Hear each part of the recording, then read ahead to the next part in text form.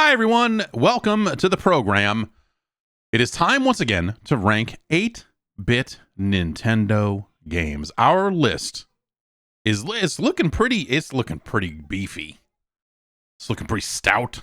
It is 250 games strong.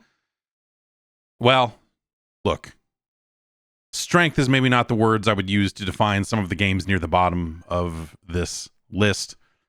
But as we embark here on the 38th installment of this program, I feel like this is getting to be a fairly it's a pretty definitive list. The science is doing what you want the science to do. It is scientifically ranking these games in their one true order, once and for all. Some might call it the ultimate argument settler, but we're not done yet. We've got more games to get on the list here. And so we have another batch. If you want to influence the batch and get some games on the list, you can sign up for the Patreon. Patreon.com/Jeff Gerstmann. You can join the Gerstmann advisory panel and advise me on things such as 8-bit Nintendo games, among other things, really. And there's multiple tiers, there's little bonus shows and get on the Discord and all this other stuff. Thanks to everyone who is already a part of the posse. We got a posse. I don't know. There's no real good definitive name for it's there's no. But everybody's over there seemingly having a good time. Not getting in too many fights. Moderation load is relatively light. Sometimes people get to be a bit much, but that's life on the internet, motherfucker. We got a batch of games here. We're gonna get into them right now. Starting with one suggested by Chris. It's a game I've been dreading.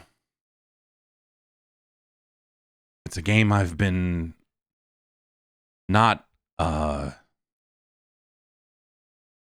not super excited about.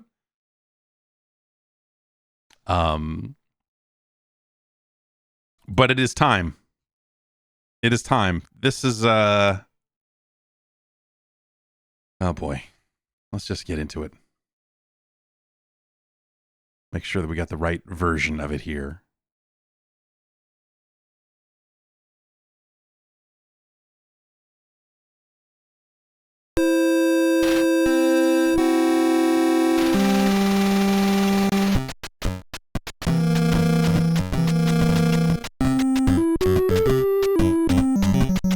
Here it is, The Simpsons, Bart versus the Space Mutants.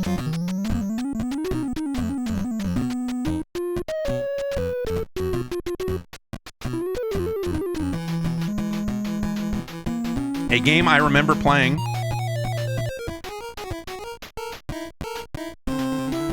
And, well, when I think about licensed games and how licensed games are often thought of as completely terrible, this is quite literally the very first game that comes to mind. Blame Danny Elfman, I guess, if he did the theme, so it's probably his fault. Man, like David Crane of Pitfall fame and Gary Kitchen of like early Activision legends worked on this thing. And well,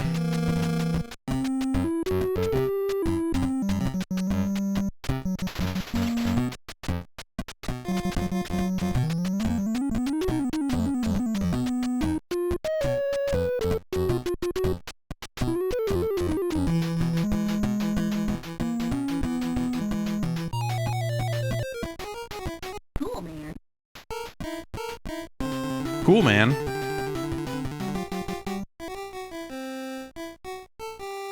Purple colored objects.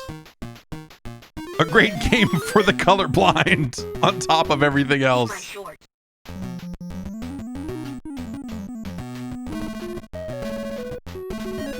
You can tell it is a game made by Activision Legends by the way his jump noise sounds so much like the jump from Keystone Capers.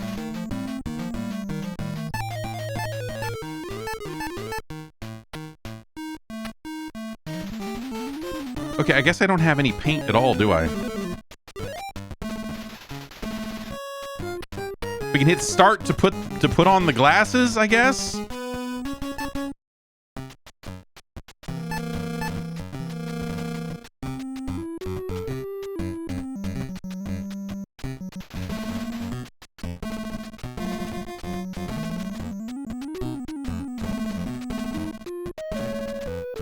Can I not do this? Is this... All right, we got one spray can.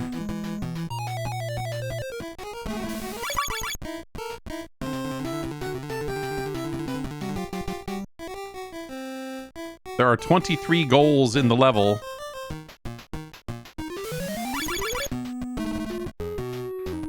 Like, actually, a lot of these sound effects do sound like they're straight out of a 2600 game, which is funny, given the lineage. Is that shirt purple? No. Okay. Now we need to walk across this to make that fall onto those purple objects.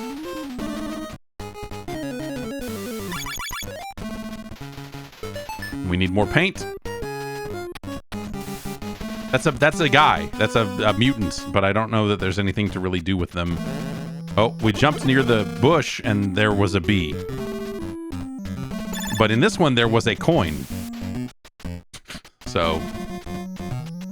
Can I jump on the... No. Eat my shorts. No, you cannot. Jump on these guys.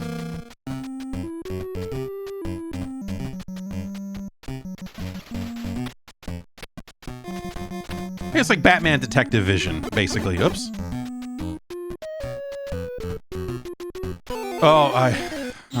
Eat my shorts.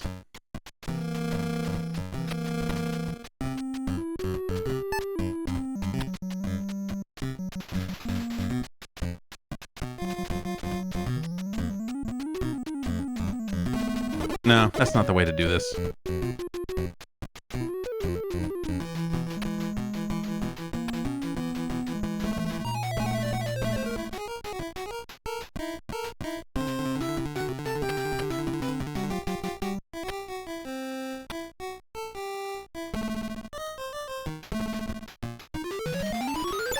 Look at all these coins we're getting.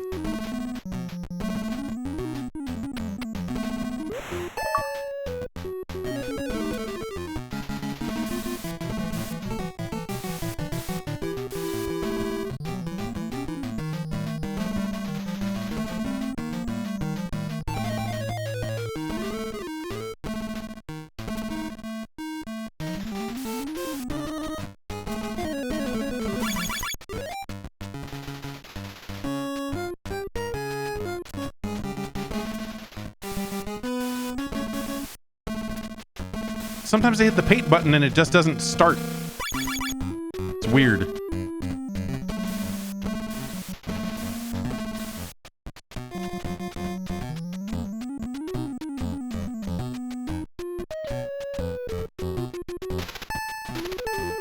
No, I don't. How do I stop? How do I stop buying things?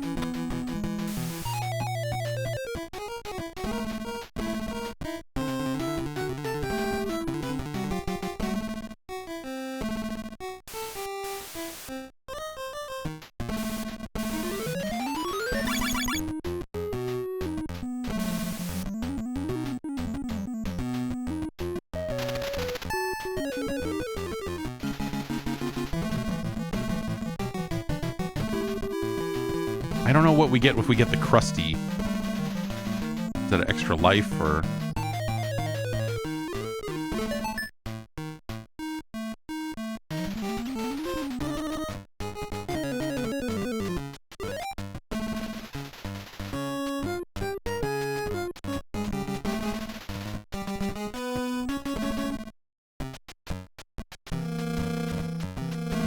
I don't think I can get on top of this window from there.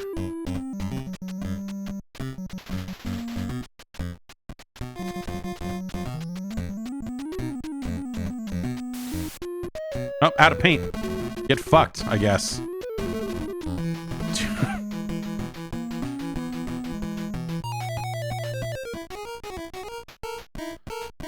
I don't remember this game being so slow either on the movement. I remember there being sort of a run, but... Oh, wait.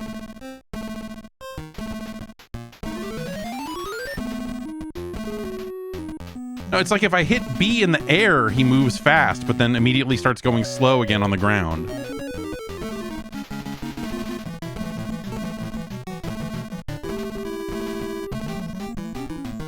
What?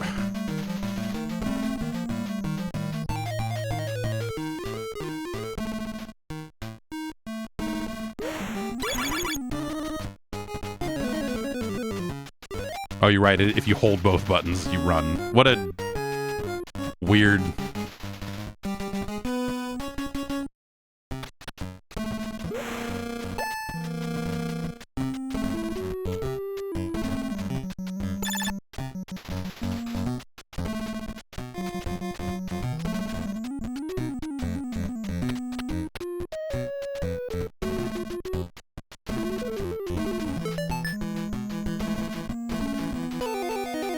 Good.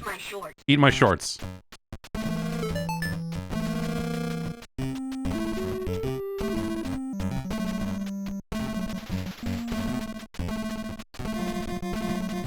Oh, there was paint there.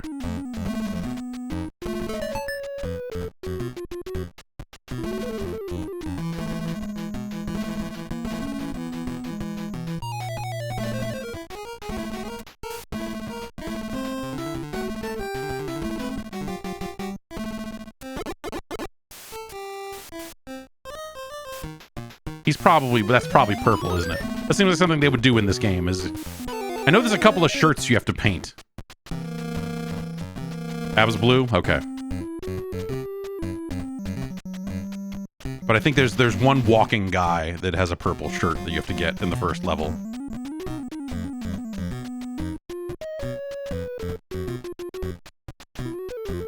Cool, man. Cool, man. Eat my shorts. Cool, man.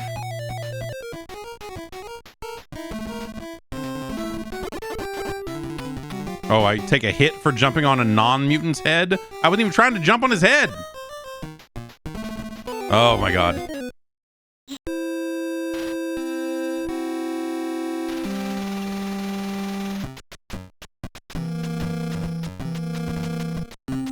Cool, man. Eat my shorts.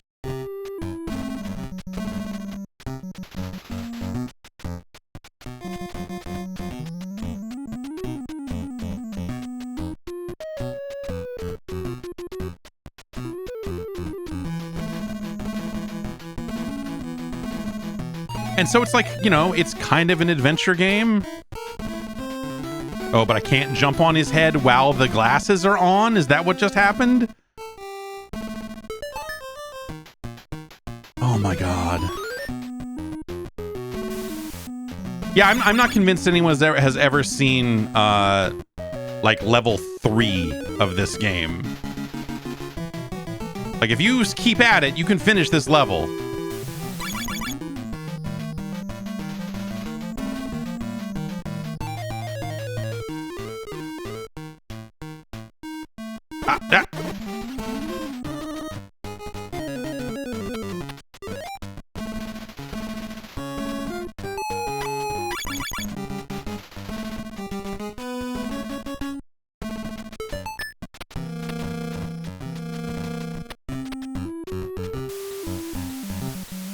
Maybe? No? All right.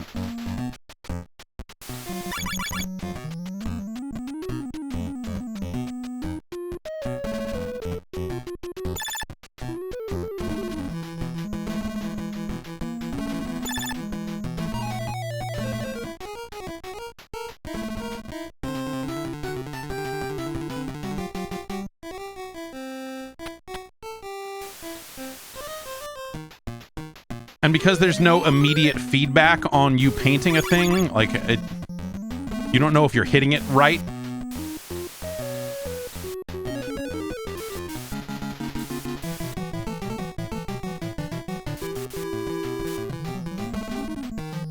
and so you just waste a bunch of fucking paint.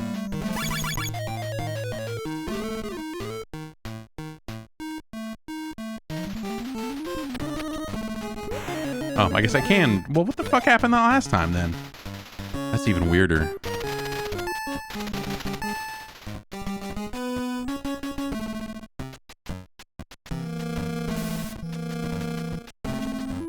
How do I run without wasting paint?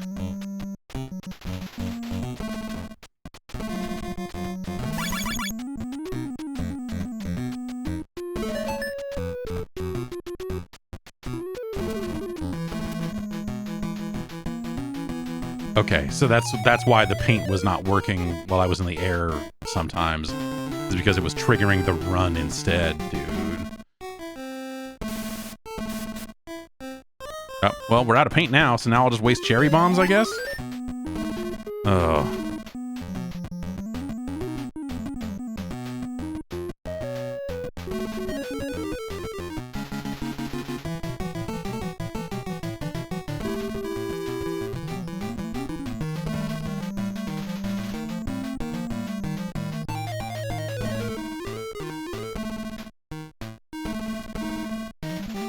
So I think in order to make this one, I do need to run before the jump, but that means I'm holding down the buttons, letting off, and then hitting it again.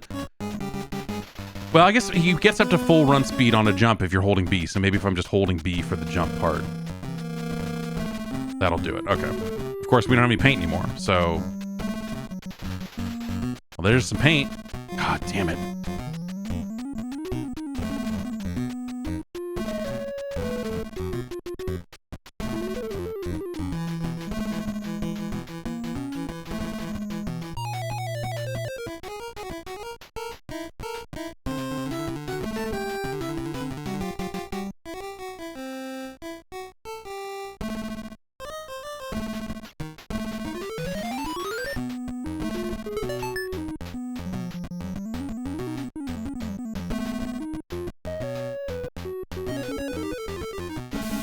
Now I'm just wasting paint. I'm trying to run.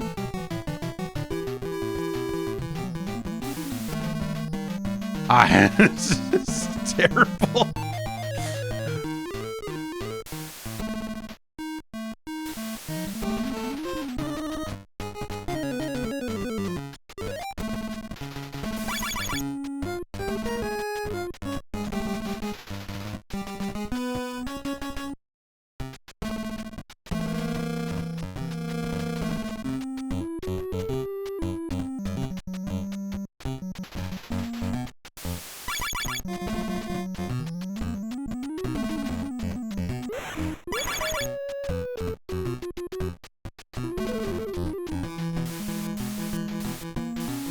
Like, that's too high. So I need to...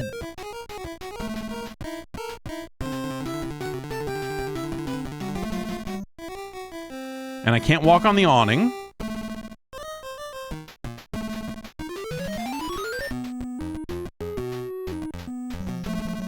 Can I stand on this thing? Okay.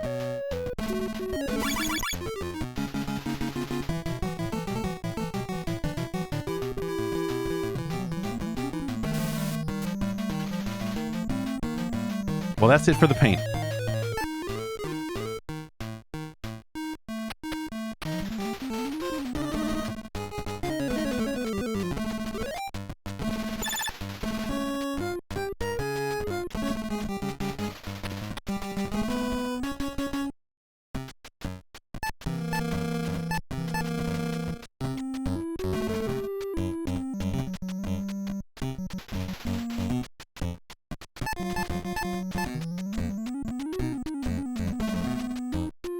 Did I just throw a coin? I'm on rocket. Why is...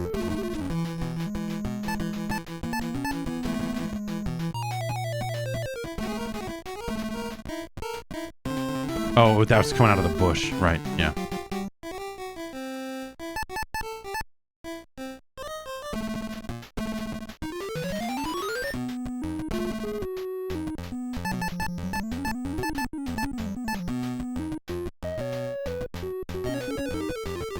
Won't go up, won't go... Up and the button doesn't do it. Down and the button doesn't do it. Oh, it's start.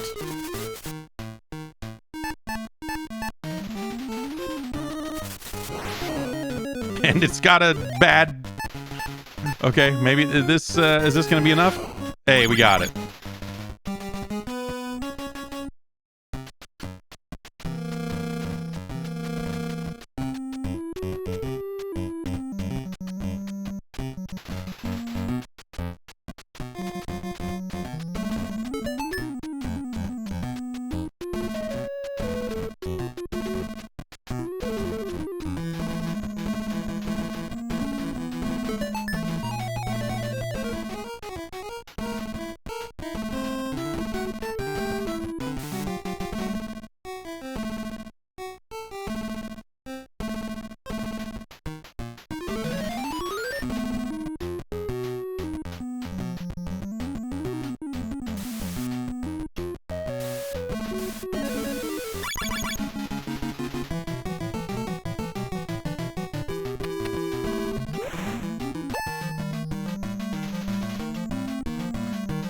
The bowling sign is purple, right?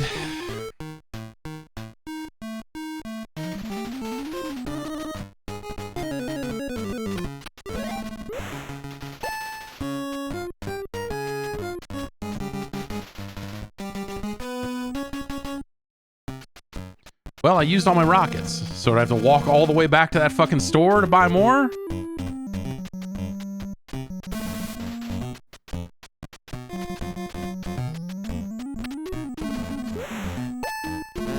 Ah, good.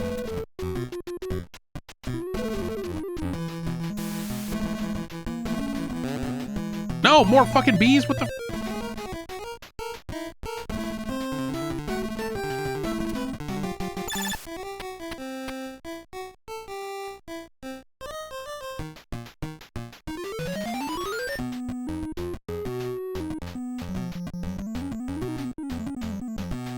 They've changed up the pattern on this.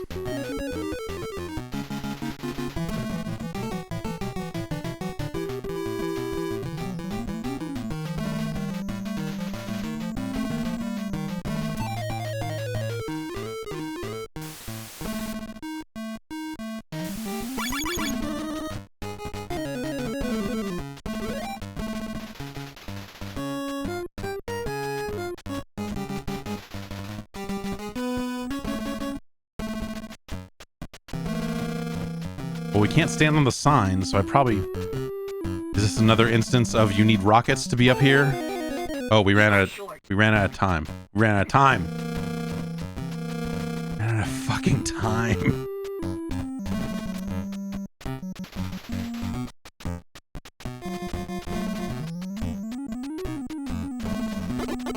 Ugh.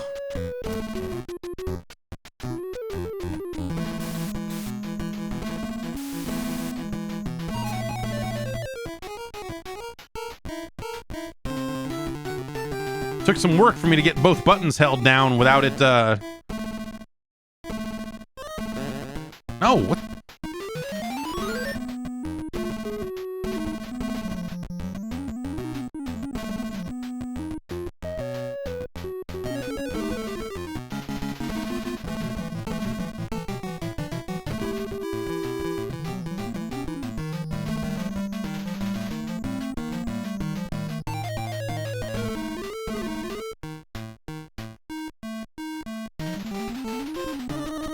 Okay.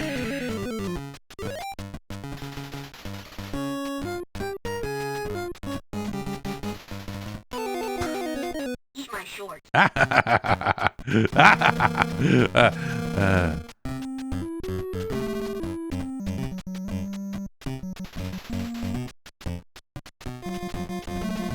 This game is about as good as I thought it was, I'll say.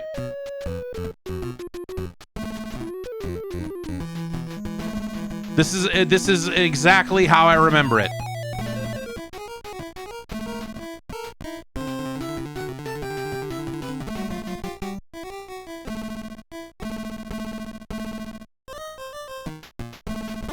Shit.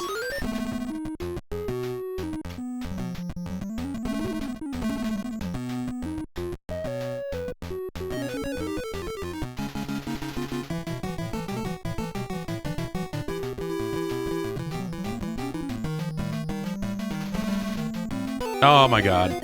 Eat my shorts.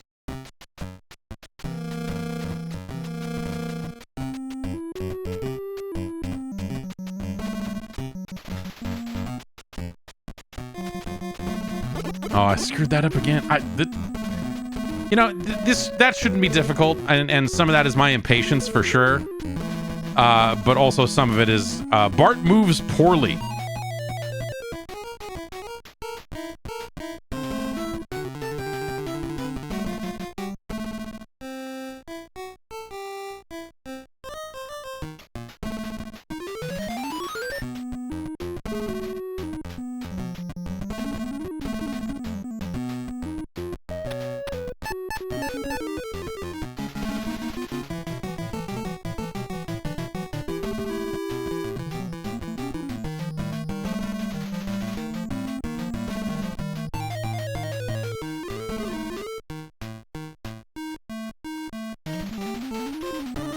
Okay.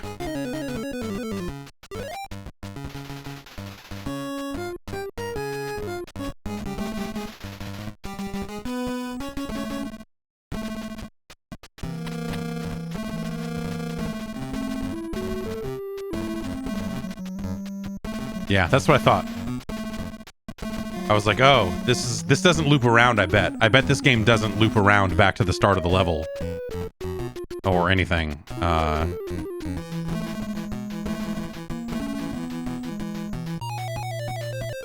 So if I want to get that bowling sign, I need to now walk my way all the way back to the store.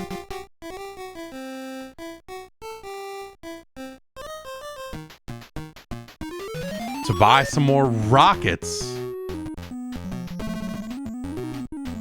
This is a terrible fucking video game.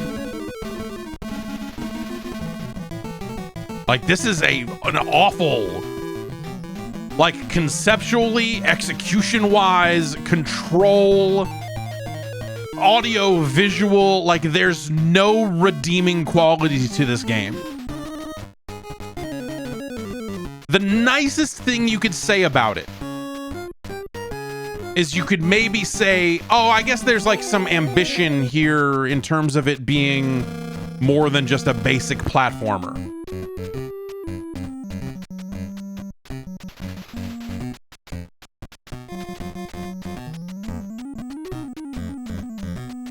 Cool, man. Cool, man. Eat my shorts. Eat my shorts.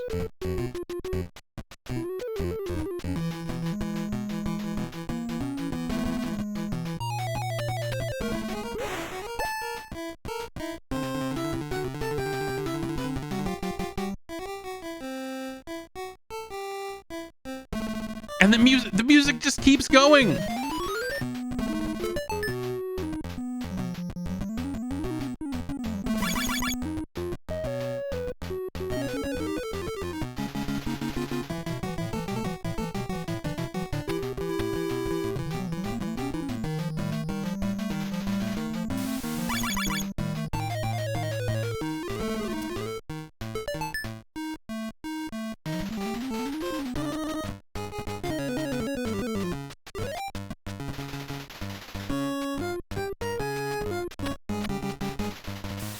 Is that the purple shirt guy? I seem to remember there being a purple shirt guy.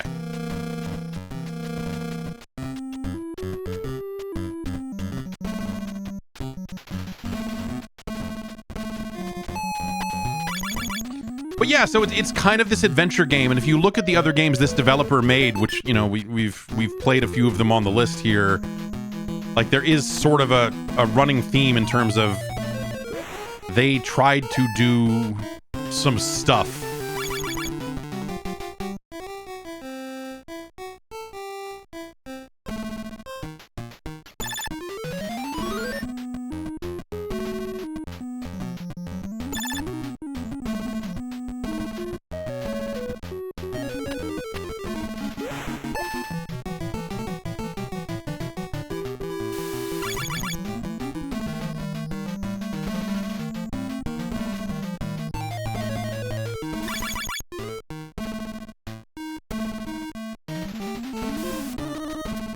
Shit, stupid fucking...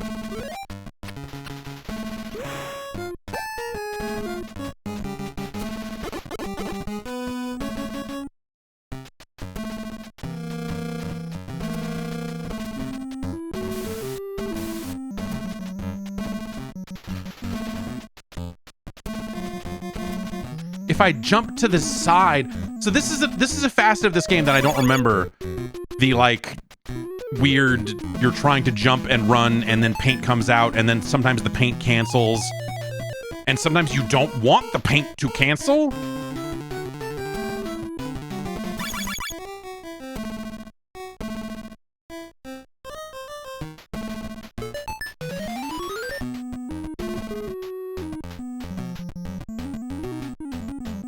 Is that ball good for anything? Who knows? It's gone now.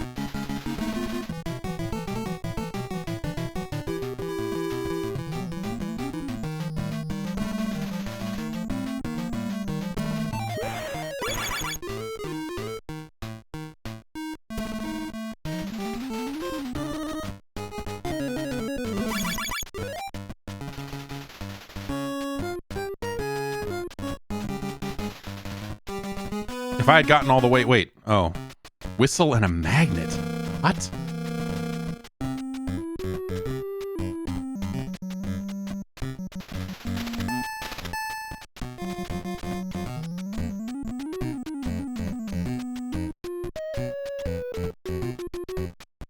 I didn't pass by the store where I buy rockets, did I? Because if I get all the way down there and I have not purchased any rockets,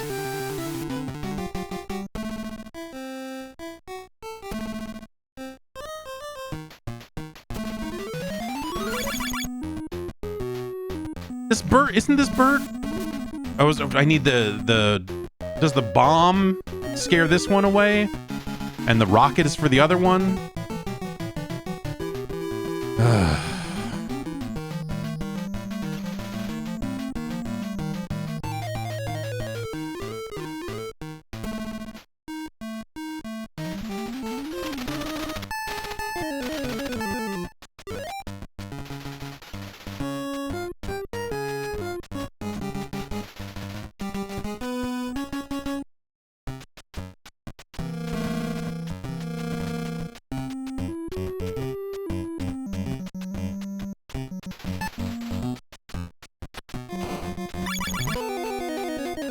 Short.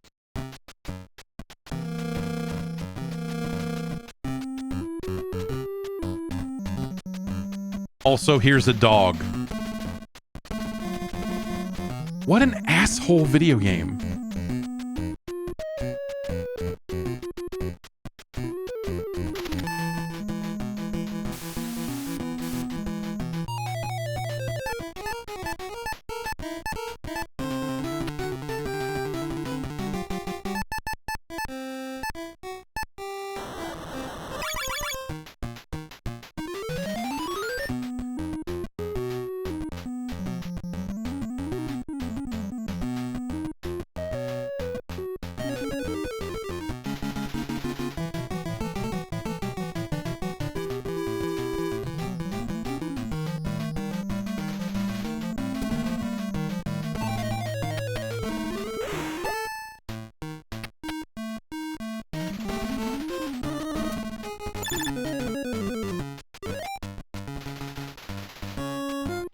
Okay, so if you just tap B in the air, wait. Okay, so you can just hold A and run. Wait.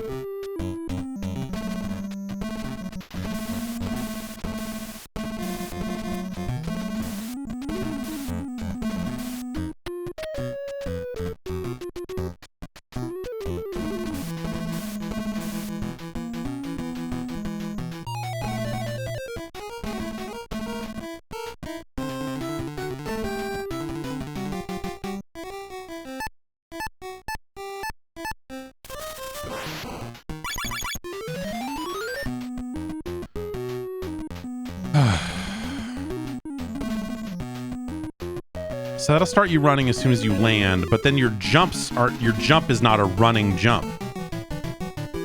You still need to hit B to do a running. What a.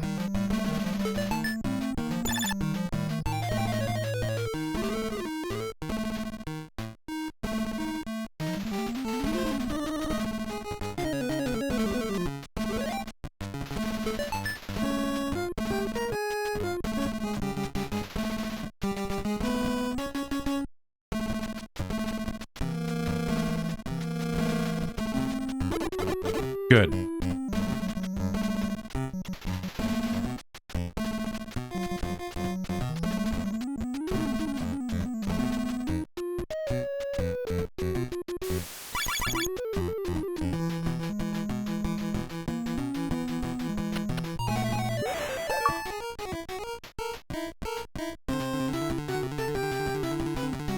Wonder where I need to hit this sign, if it matters.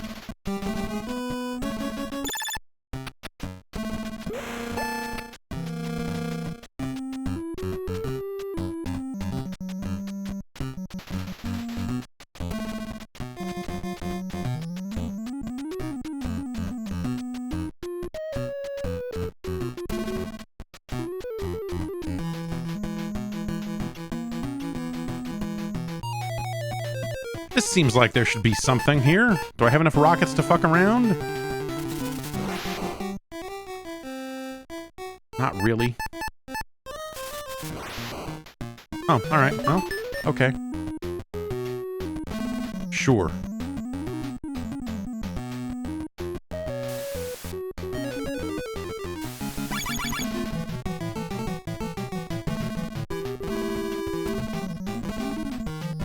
And then do I just need a whole bunch of fucking rockets for this spot? Because I don't have them. I sure as shit don't have them.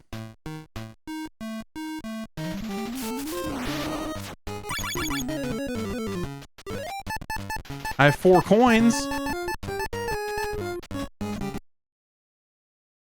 Oh, wow. What did I do to make the sound test appear? No! No, stop playing the music!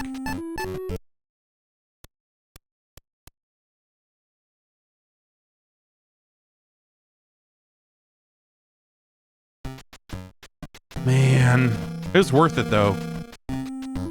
For that handful of seconds there. Well.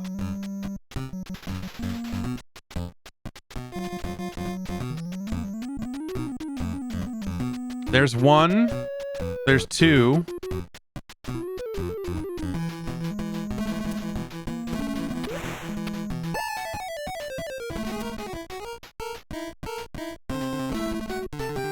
And then there's a 3rd thing somewhere that can be painted.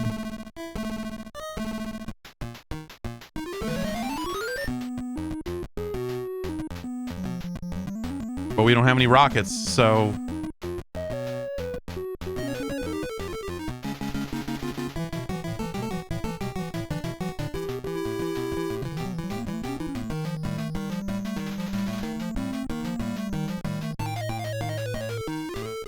What a terrible experience.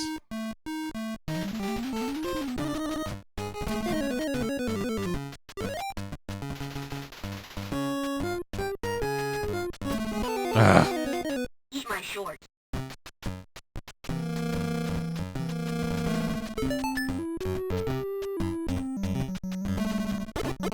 Good.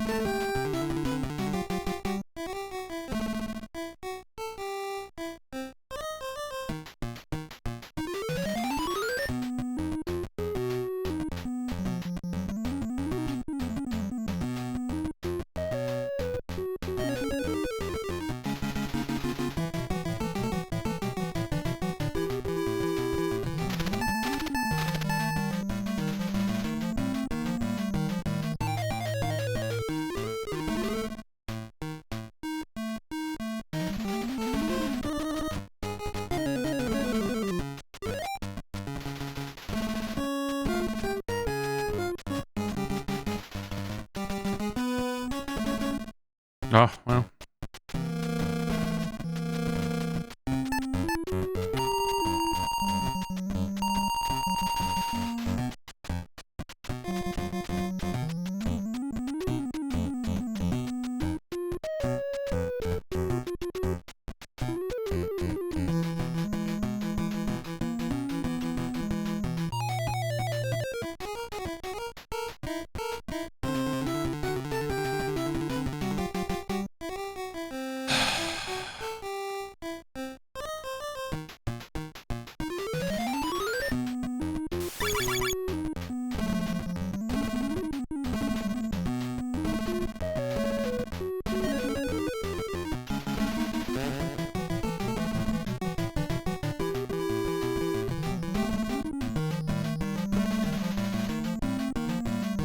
I didn't really much care for The Simpsons in its initial handful of seasons there.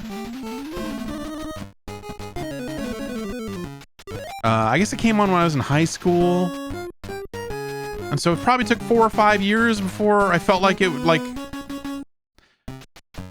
It wasn't until I started drinking at around 19 or 20 and started hanging out with a crew of guys who drank a lot of malt liquor and watched The Simpsons that I kind of fell into it. And I was like, no, yes, this is quite good, yes.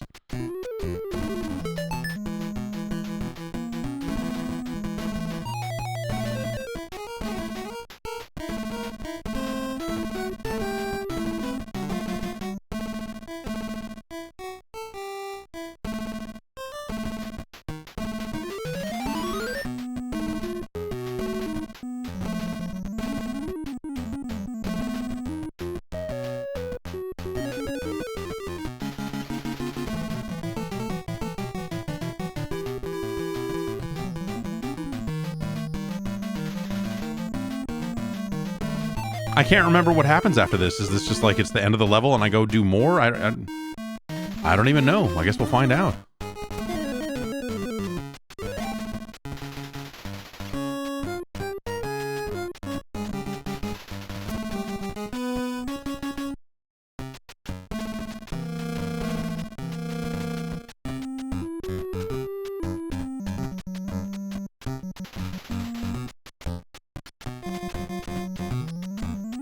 Alright, these fucking things go way further than it seems like they should, but...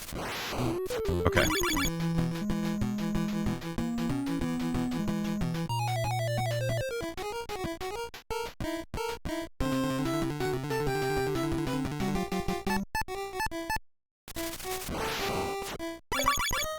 Goal achieved. Proceed to the right. And a little ASCII fucking arrow, because that's all they could... Alright.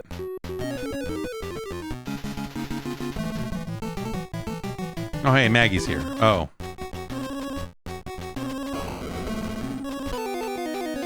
Eat my shorts.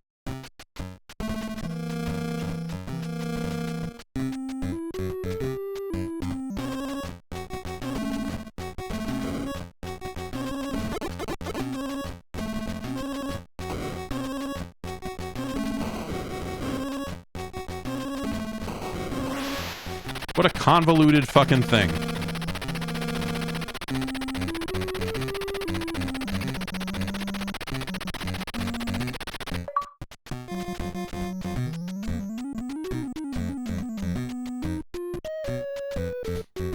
Curses.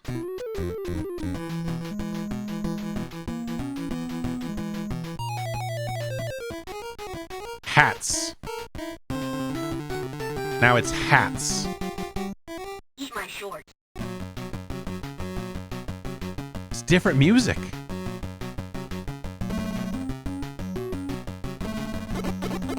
He's got a hat. What am I supposed to do?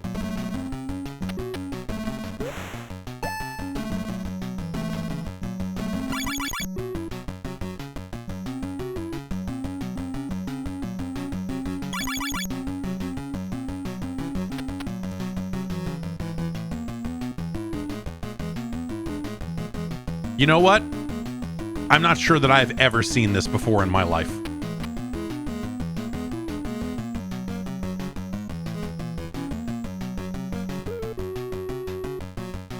This may very well be the first time I've ever seen the second level of this game. Eat my shorts.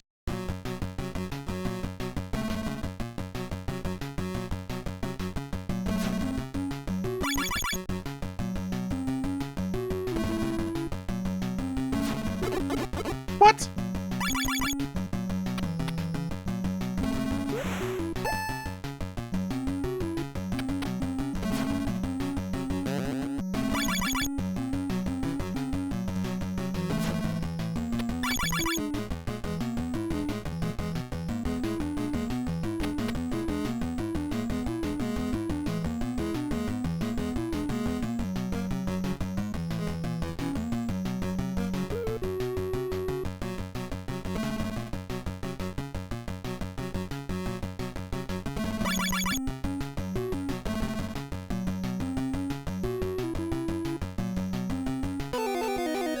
Eat my shorts.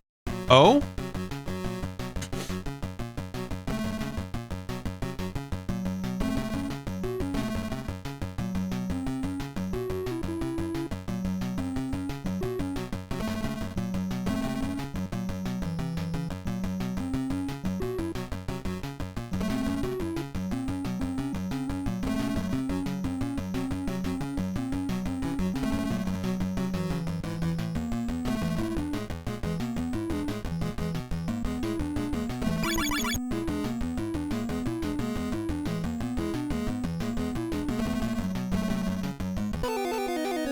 Eat my shorts.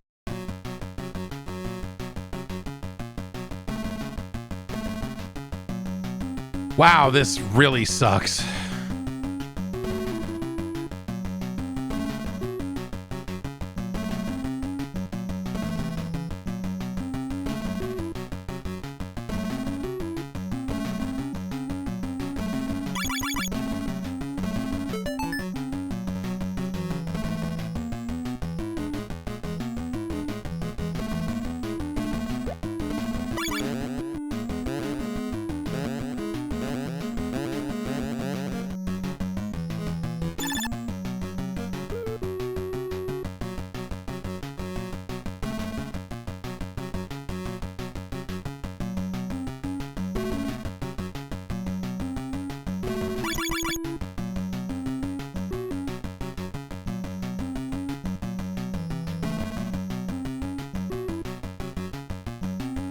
Like, look at this. Like, think about The Simpsons and what it is as a television show. And look at what I just did.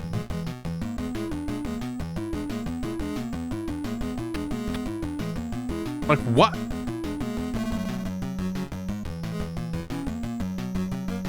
Ugh.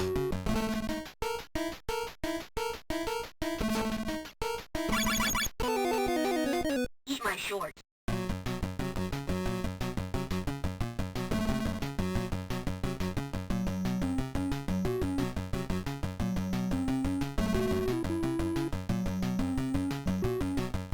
This is fucking terrible. Like, I'm glad that we saw the second level because, you know, I feel like I'm like a little more equipped to fucking rate this game.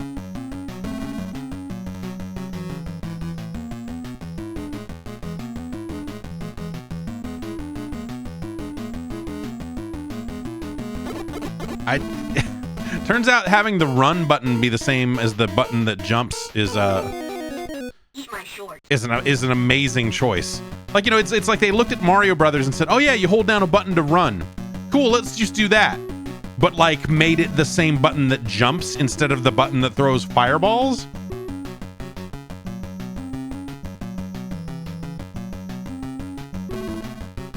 And so, like, the whole point of, like, you need to be able to run and jump with some level of accuracy is completely fucking lost.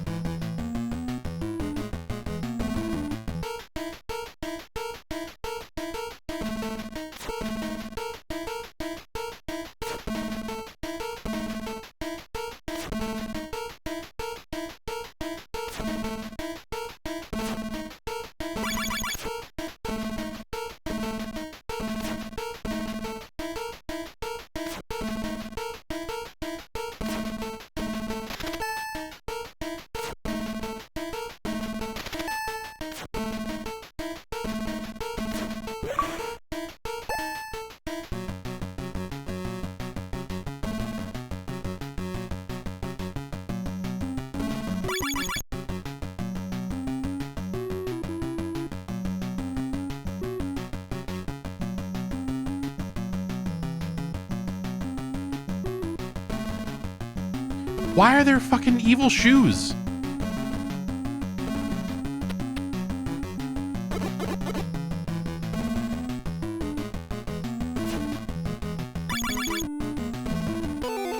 Why are there evil?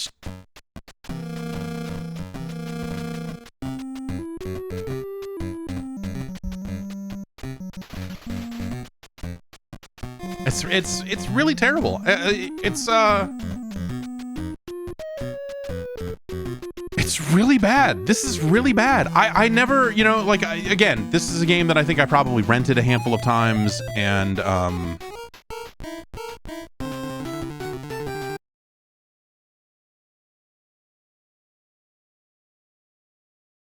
you know, got about as far as that, probably. It's entirely possible that I did see level 2 when renting that game, but none of that. I don't remember any of that. I remember the first level of that game. But I don't remember much past that. Anything past that. It's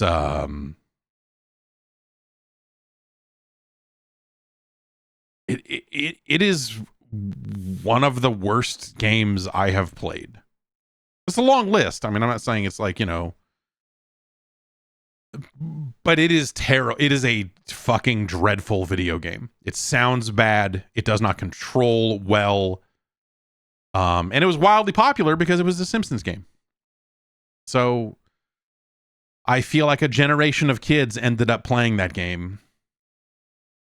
It absolutely sucked. When I think about Acclaim, when I think about licensed games, and I think about Acclaim's terrible licensed games, or just bad licensed games in general, that is without fail the first game that comes to mind.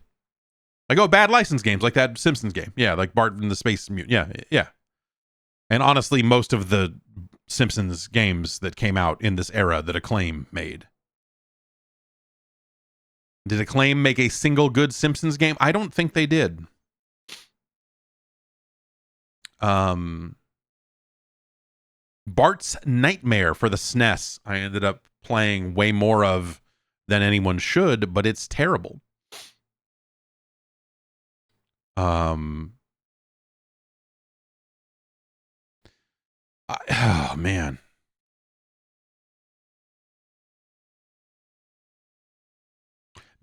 What a piece of shit. What a fucking piece of shit that game is. And it hasn't aged. It's not like approaching it as an adult. I'm like, oh, well, I was just a dumb kid, and there's blah, blah, blah. You know, like some of these other games that I have revisited here and ended up being like catching myself and feeling different. I'm like, oh, wow.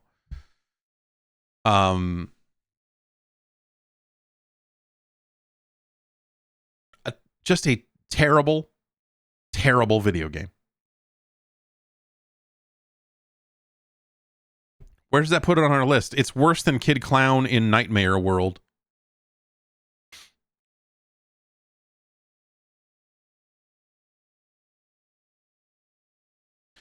It's worse than Totally Rad.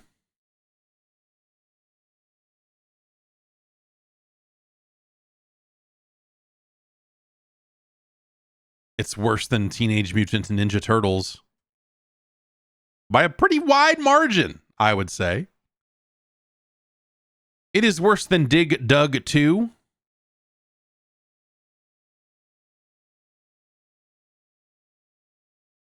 It's worse than Caveman games. It's worse than Skate or Die 2, The Search for Double Trouble. Yeah, we're running out of road here, huh? It's worse than Treasure Master.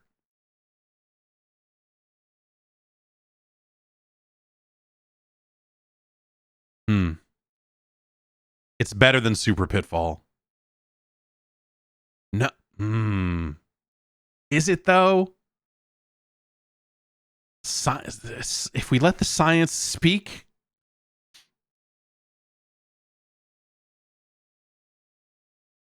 It is not as bad as Super Pitfall. Super Pitfall is a glitchy, fucked up mess.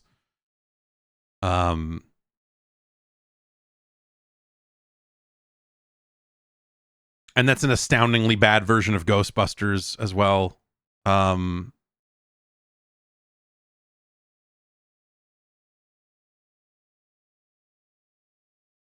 Is it better or worse than Wally Bear and the No Gang?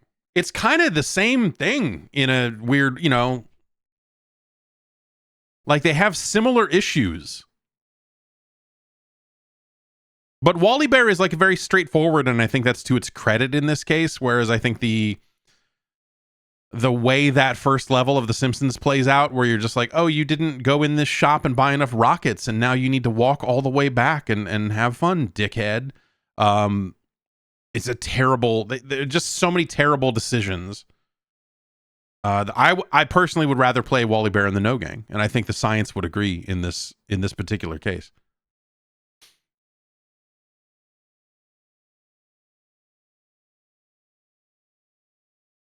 It's better than Casino Kid.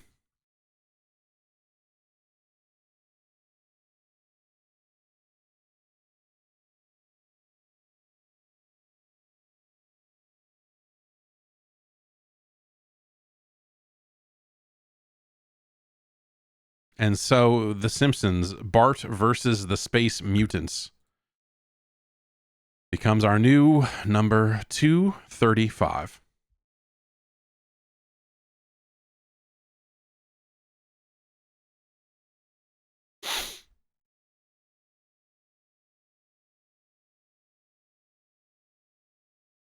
What a piece of shit. That's a game that, if we had played it earlier on, would have been at the bottom of the list. I mean, well, I suppose that you could say that about any game, really, but it is in league with the games around it, for sure.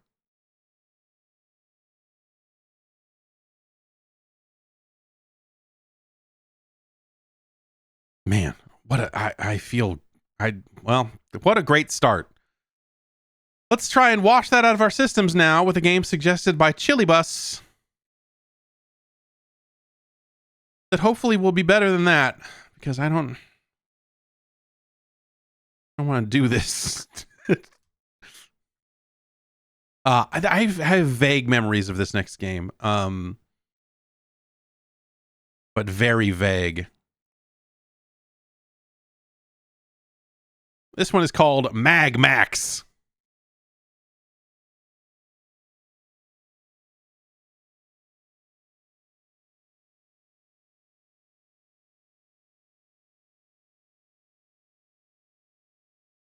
Looks like a vertical scrolling shooter masquerading as a tank on the ground.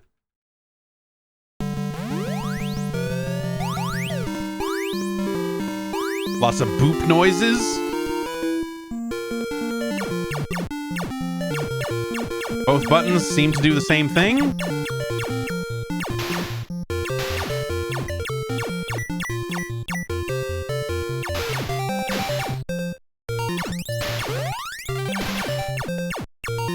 Is that a thing I can collect? Let's find out. It is.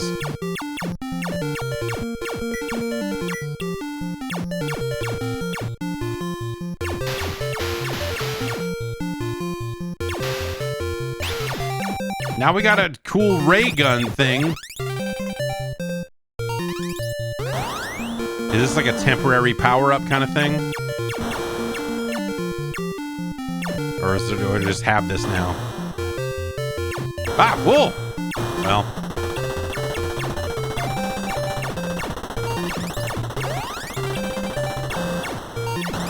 These enemies look bad.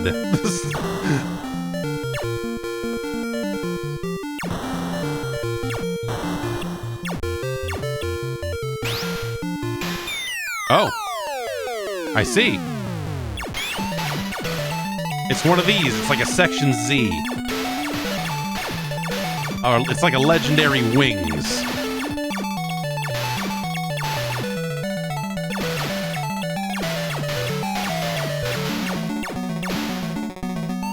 The movement is very slow.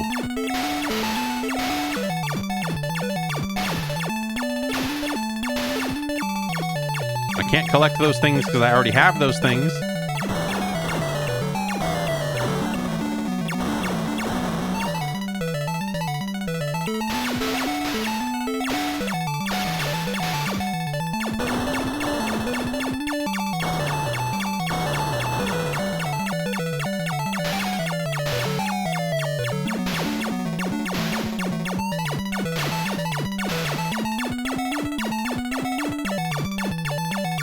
Ah, you...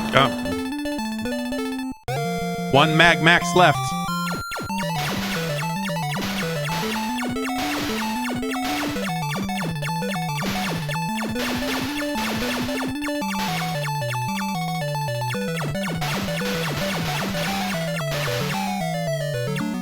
A lot of sound channels being used up by the game audio here, by the effects.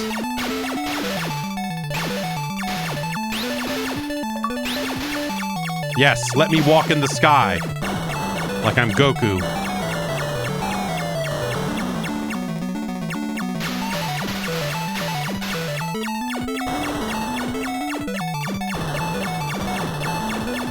This is silly.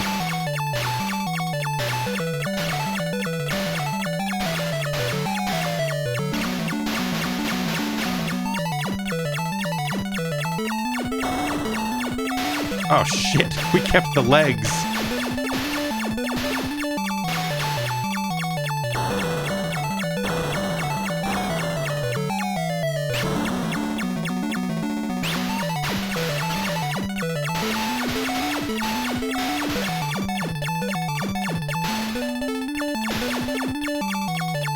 Give me more legs. Let's go back up to the walking part and see what that looks like. It looks the same. Oh, look at that. We got a little downward death beam thing. Not firing enough shots forward here in this formation for my tastes. It'd be nice to be able to jump, I guess.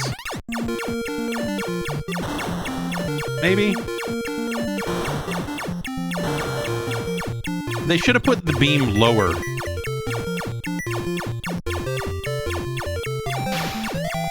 More of a crotch height kind of thing, I think, would have been good. Tactically speaking, of course.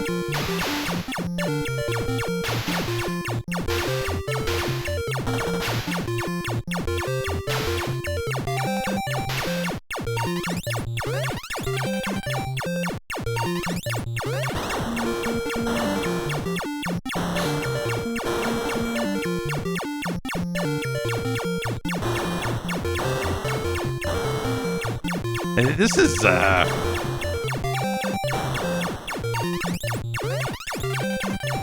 is very plain.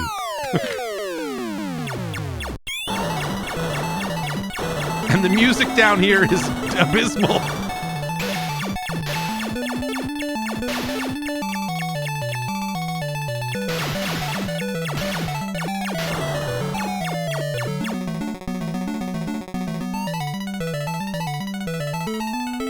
Is there a boss? Okay, here we go.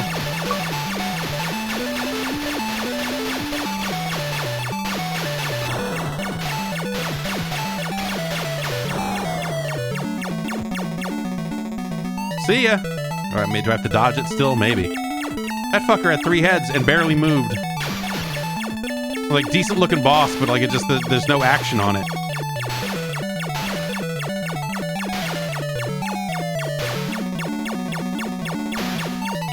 This game seems like a really bad Xevious in some ways. Though, I mean, you can't... It's not really a fair comparison because it's, you know, you can only shoot one way. It doesn't have a air-to-ground separate attack. But, like, there's something about the way this world is structured that it feels influenced by Xevious. I mean, everything was, but kind of directly influenced by Xevious in some of its level design, or some of its enemy design, rather. Which is weird, because, you know, this is horizontal scrolling, which is also not Xevious, but...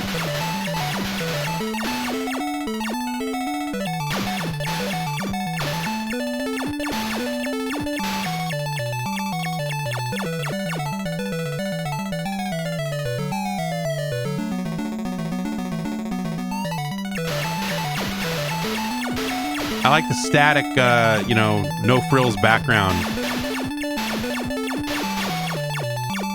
Just solid color, baby. You don't need anything else.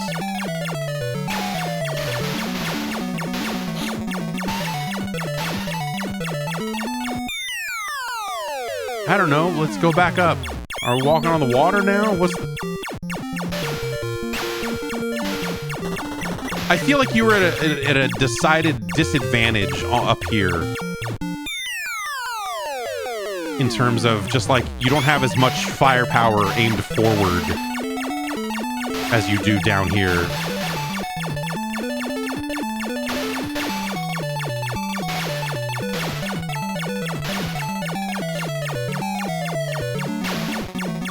But the music up there is somewhat less abrasive.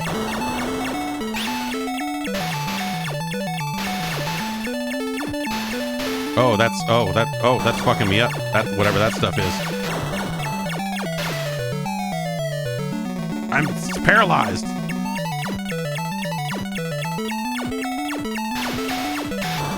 Damn it.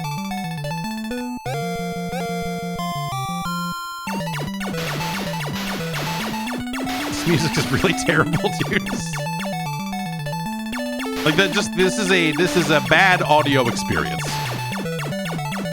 I hope you're having as bad a time as I am here with this disaster.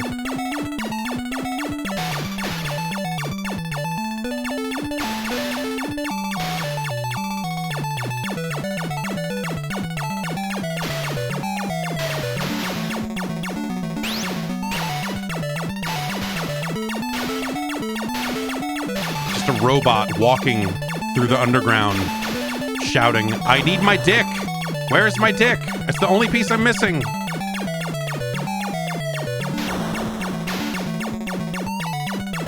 Now, well...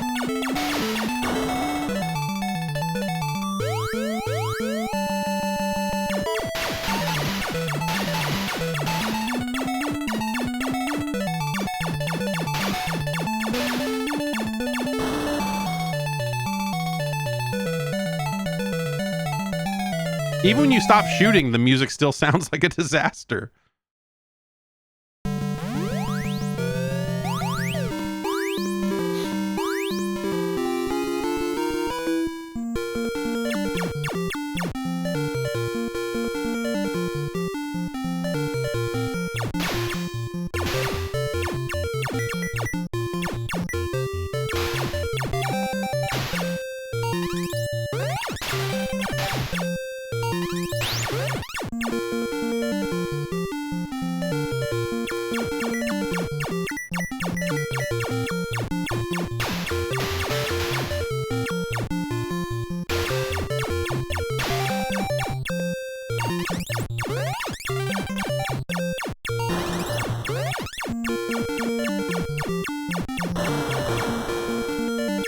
The music up here is wonderful by comparison.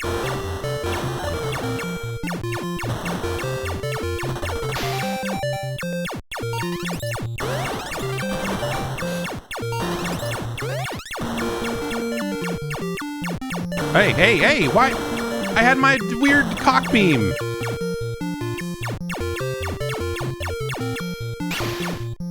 No,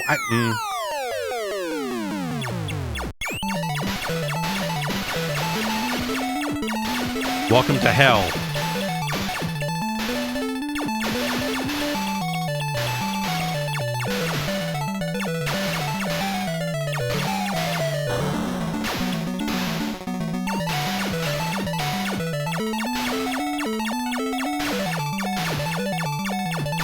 Ooh. Oh, okay.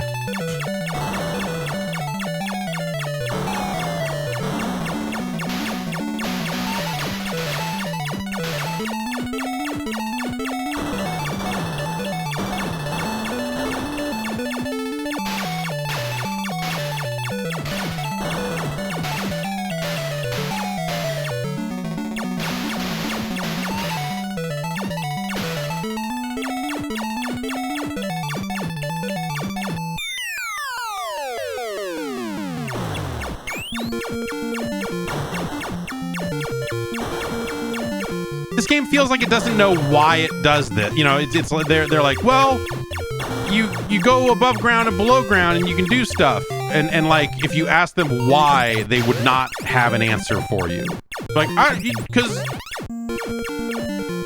like, why would you choose one over the other? It's like, well, I mean, the robot is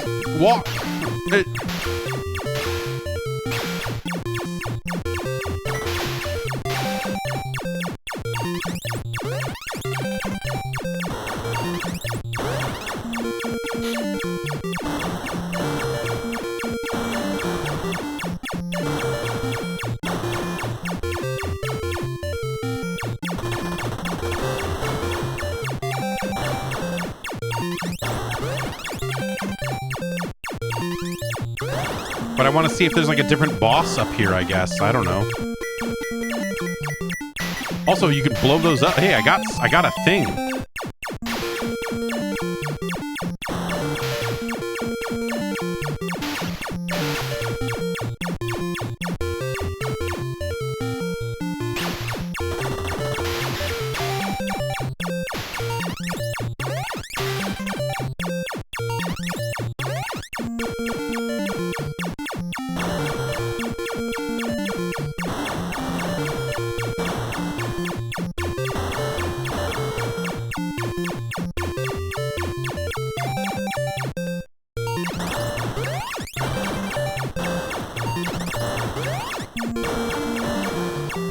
My legs!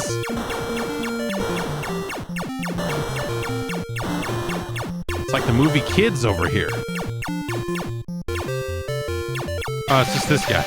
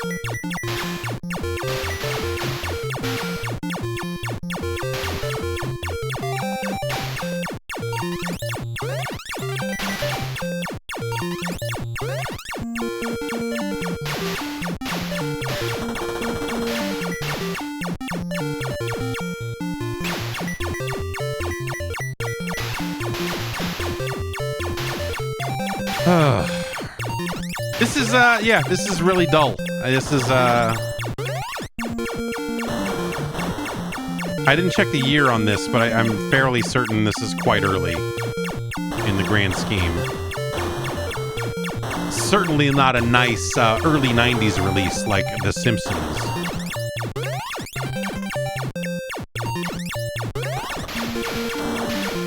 Ah!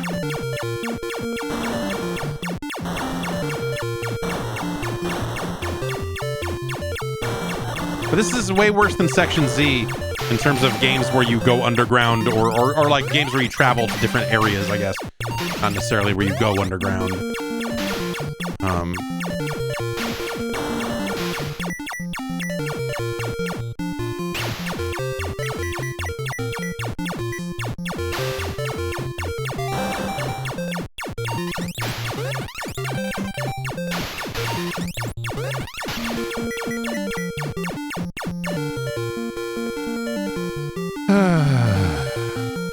This is nice. Nothing's happening.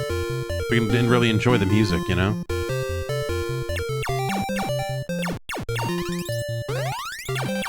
Look at these little guys.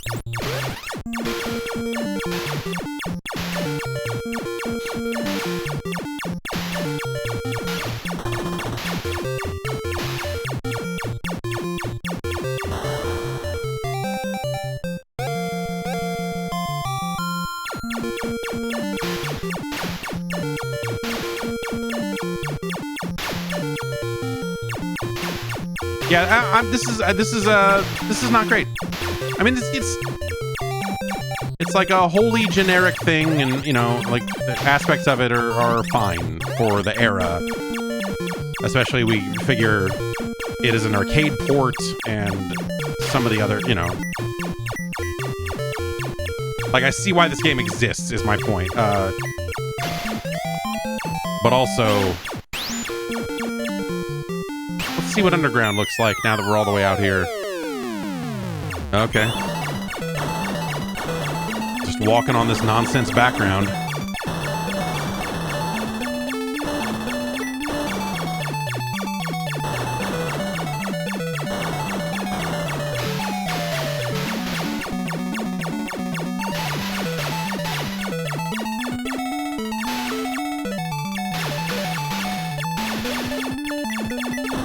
I always liked games where you could get extra parts and then, you know, get them blown off you instead of dying, you know? Like getting your dick blown off and then finding another one up here like this. It's nice.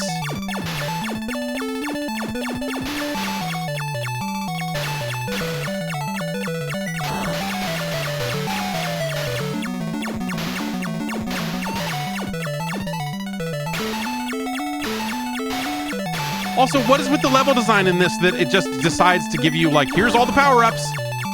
Here's a head, and here's a dick, and here's your legs, and have fun. Like, it just feels crappy.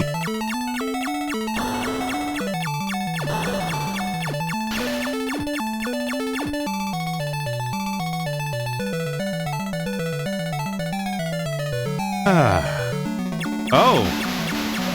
I see.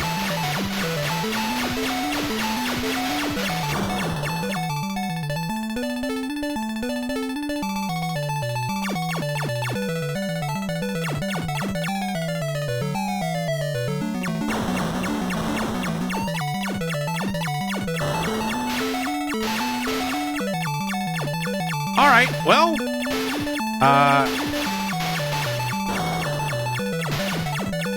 I feel like I've seen everything I need to see here, and we've in fact looped back around to the other stage design. So I guess with different enemies in it.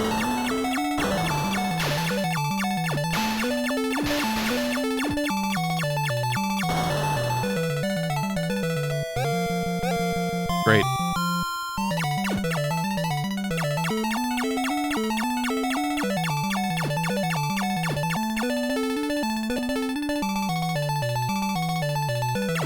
Oh, it put us all the way back here, huh?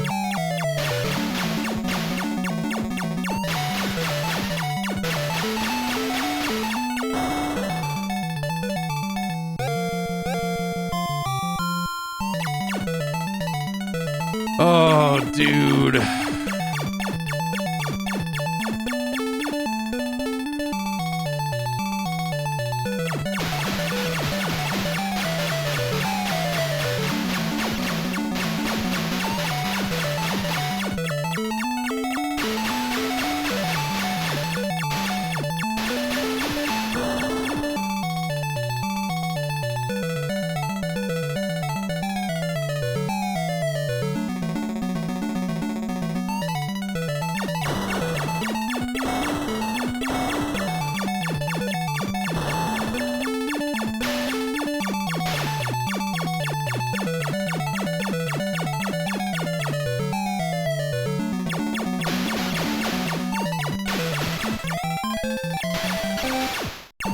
Oh, cool. I think we got an extra life.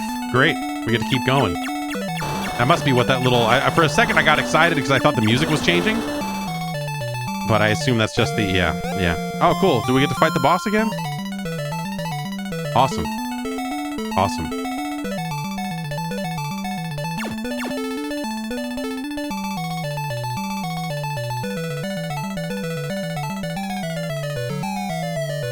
Oh, it has no collision on it at all.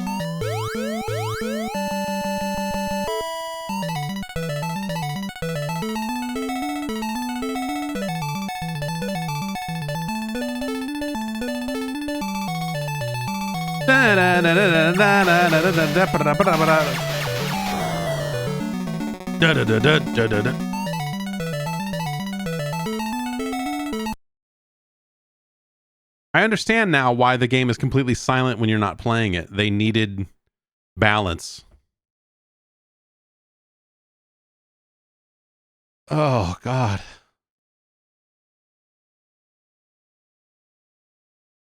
You could play it. I mean, in a lot of ways, the music is the worst part. Other than that, it's incredibly repetitive. Incredibly repetitive. And the power-ups are fun for a minute there, and then not. Building the robot is quaint, but not effective. Like, you don't like this form you've got here when you have everything but the legs, basically. If you've got your dingus and you've got the robot top, As fun as this little form is, where you're just a ship with legs,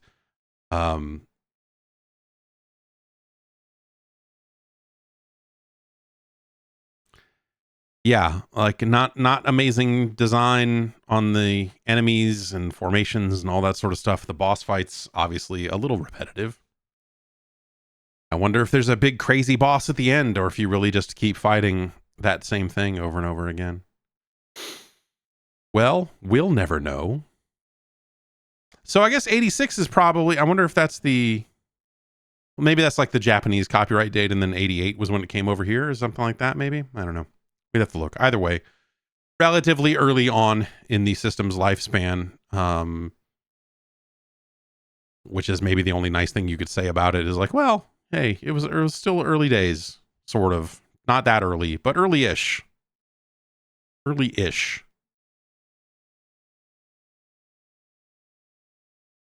Yuck. Okay. Where does MagMax go on our list?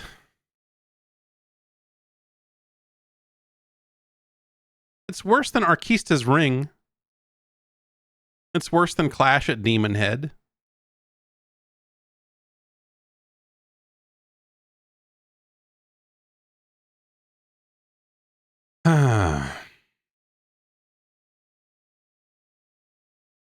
It's worse than Space Shuttle Project.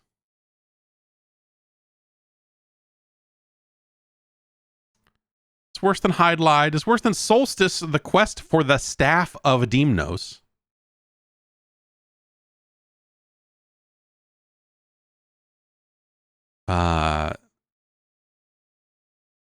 Is it worse than Dirty Harry?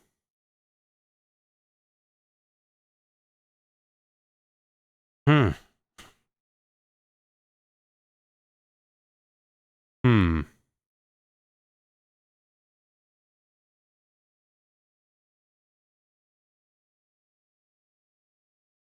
I suppose it is. Is it worse than Dino Wars' destruction of Spondylus? Just barely. Spelunker's a better game. Popeye's a better game. The Legend of Kage is a better game.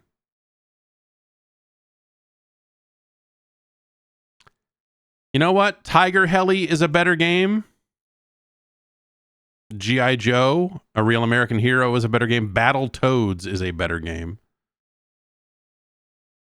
It's worse than Skyhawk. It's worse than Mock Rider. It's worse than Skate or Die. It's worse than Duck Hunt. It's worse than The Karate Kid. It's worse than Marble Madness. It's worse than Hudson's Adventure Island. You'd be better off playing Yo-Noid.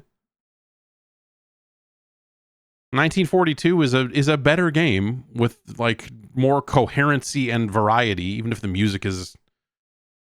I you know, personally speaking, I think I prefer the audio in 1942 to what we heard. It's worse than Bad Dudes. It's worse than Gumshoe. It's worse than Bomberman. This is going way lower than I thought it would.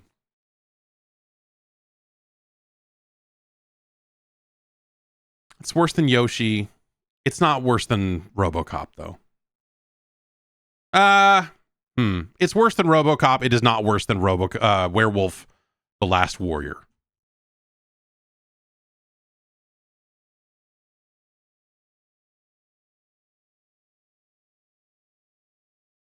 Clearly.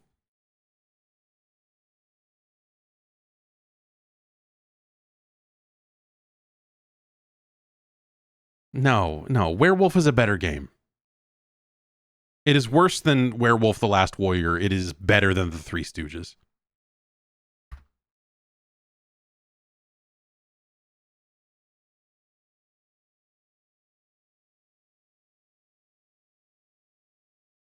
Thanks to Chili Bus for suggesting such fine audio.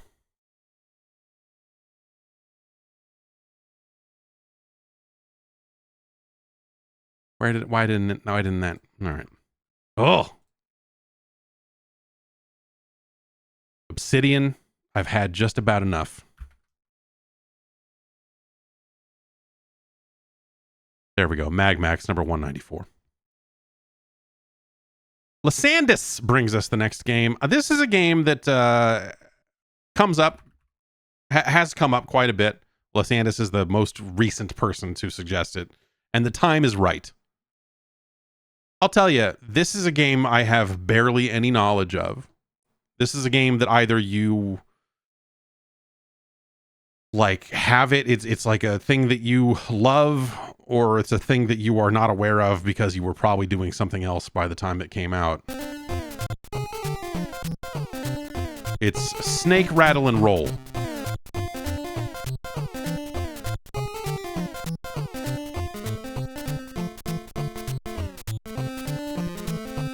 I remember seeing this in Nintendo Power and never playing it. I have like probably spent 5 minutes with it here and there over the years, just with emulation and such, but I don't really know much about it.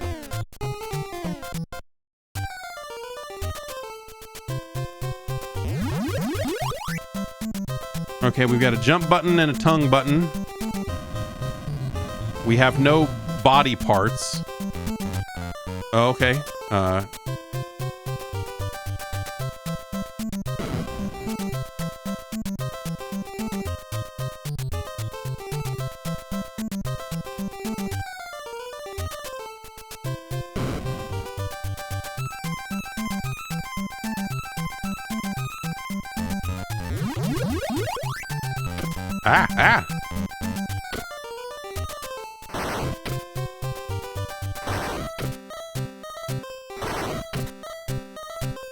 Okay, seems like the manhole covers don't really do much.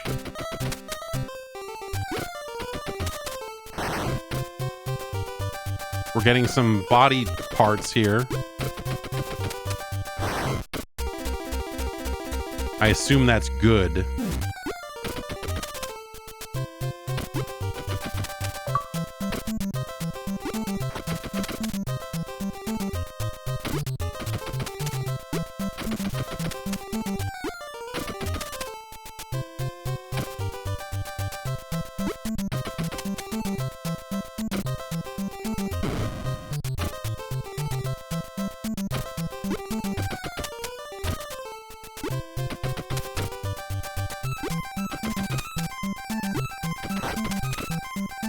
Okay.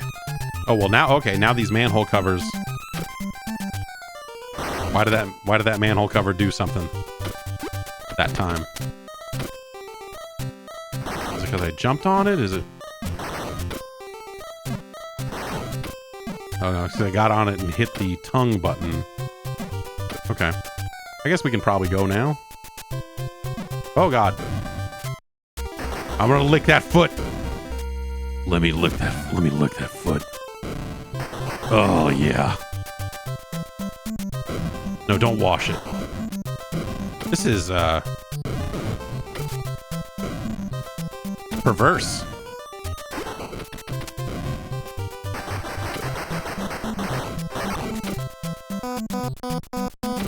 All right, that was a weirdly aggressive noise. Lining up your tongue is that a thing I can go in? Do I have to go up here and weigh myself? Rang the bell. I assume that means I need to have a certain number of body parts in order to qualify. Okay, I guess let's go.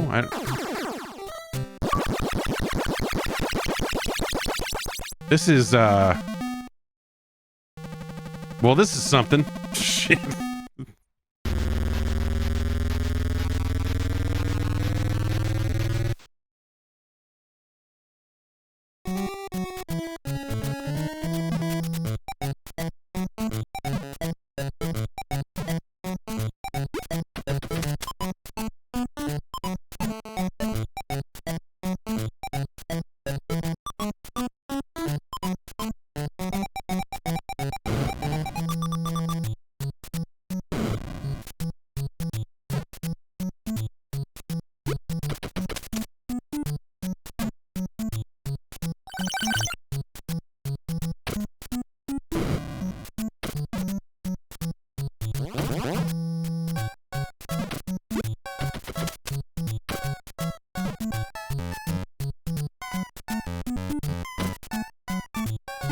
It's very, you're very all over the place.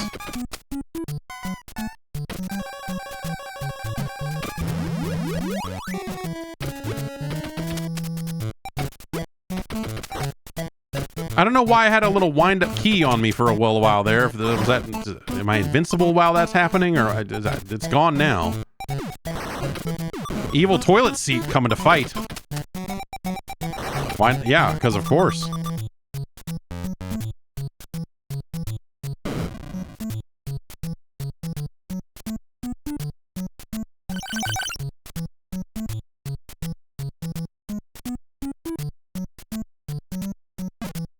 Ah!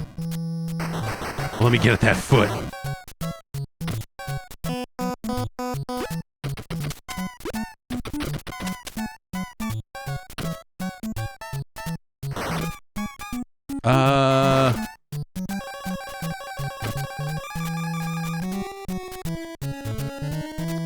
What do I,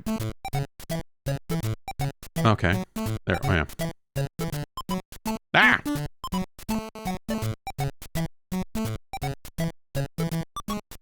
No, you gotta let me jump out of here, come on. Why can't I jump? Oh, I guess I can just walk back onto that, huh? Okay.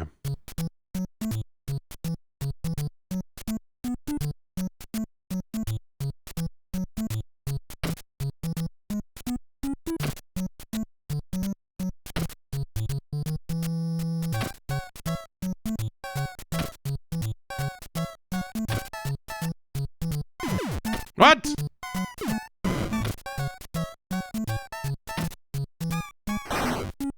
I gotta keep slamming my tongue into this hole.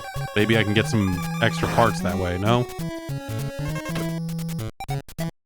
Oh, I don't have enough. I need more. Okay, so if I go back down here... Okay, hopefully that's enough. Oh!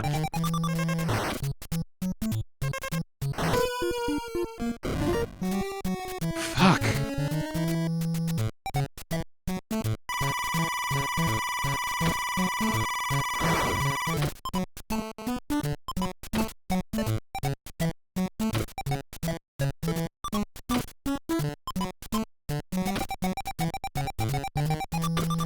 This is interesting, is how I would define this game.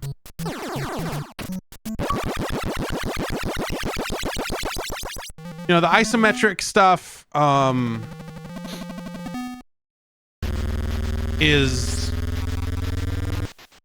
takes some getting used to. Like when I push right, I move that way. You know, I was actually always very good at playing Q*bert on like a D-pad or regular joystick and that sort of stuff without too much trouble.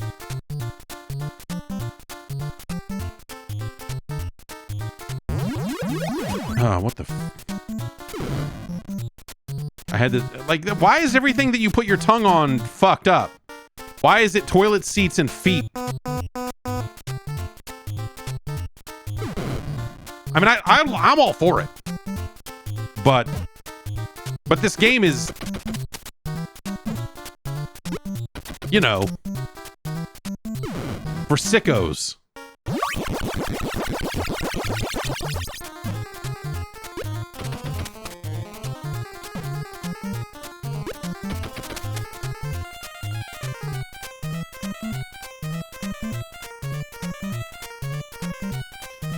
I've got to lick this toilet seat. Oh no, my controls have been reversed. That's a really fucked up thing to have in a game where the controls are already kind of, kind of weird.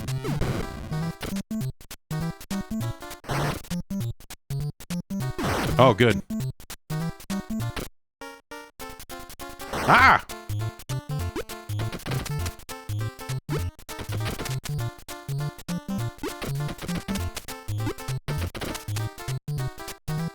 Ah, I got screwed, man.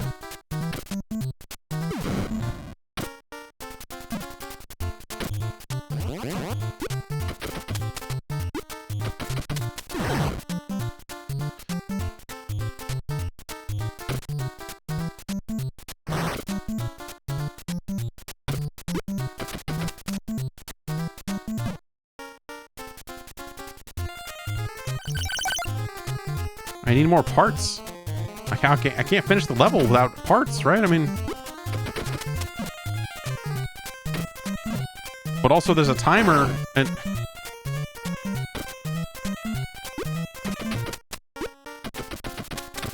Let's go. Ah, stupid toilet!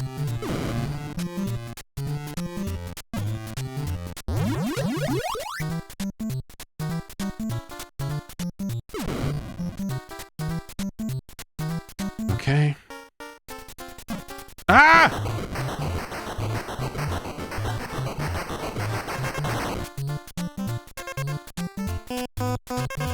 Well, we don't even have nearly enough. Like, I'm just fucked now.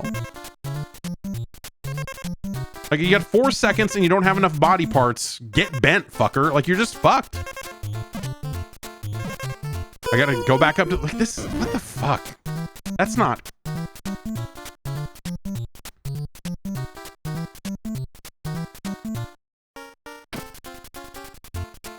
Oh, good.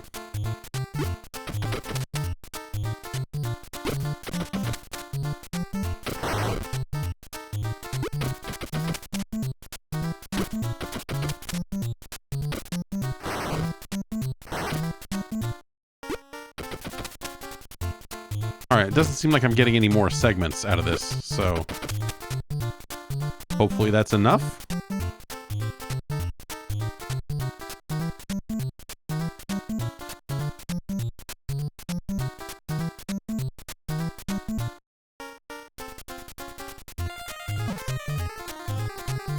Okay. So...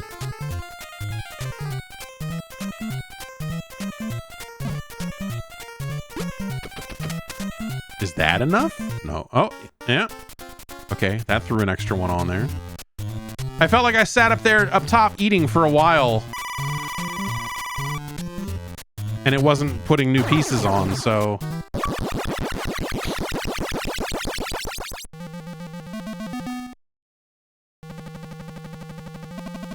I like this game's style. It's awkward. It is an awkward thing.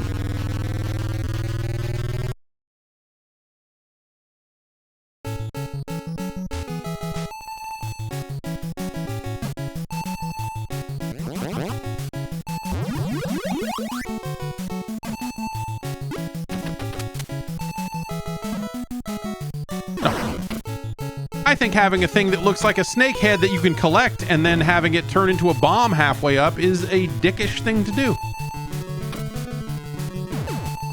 Good. I'm just trying to lick a toilet seat over here, guys. It doesn't need to be rocket science. Just let me lick the toilet.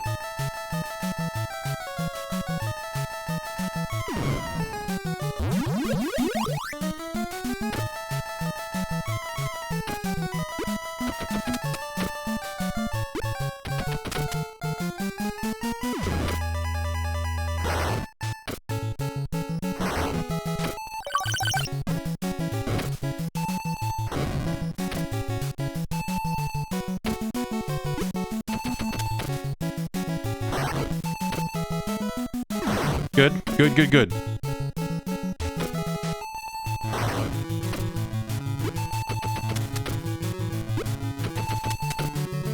Why am I not getting pieces? They just have to be my color? Is that it? No. I'm kind of at a loss here about what's happening.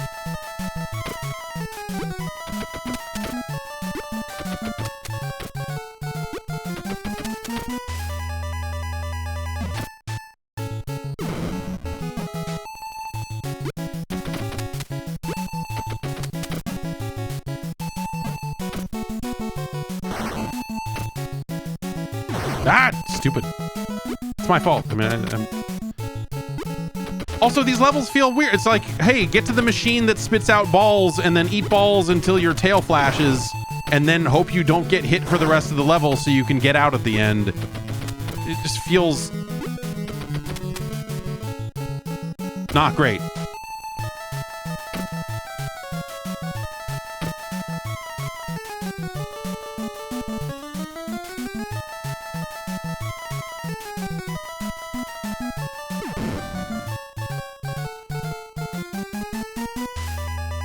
Oh, I sure did hit the jump button there, and it didn't... Oh, man.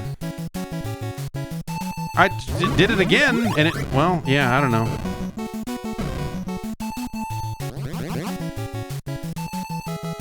I guess we can go around this way and... Foot!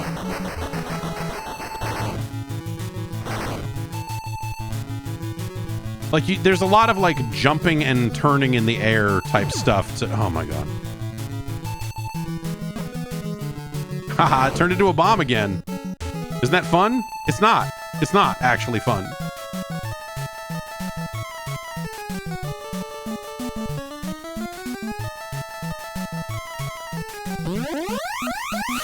Oh. Well, I can't say I expected that.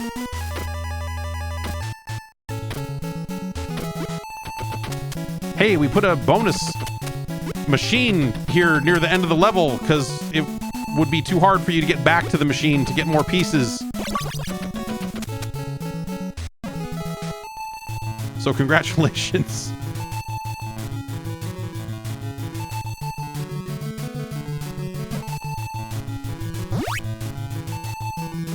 Well, how am I supposed to do this now?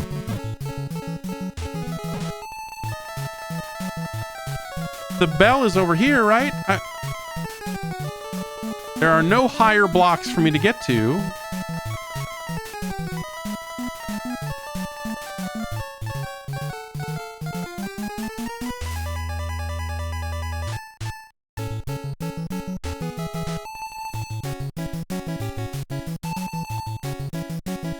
That, the one with the manhole cover on it is lower. I can't do this.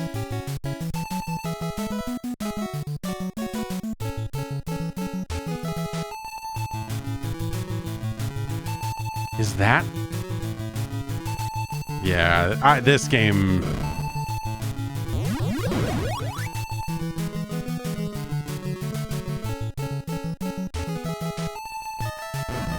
Haha. You got hit by an anvil, and guess what? Now you're here and you're fucked. This game is not cool.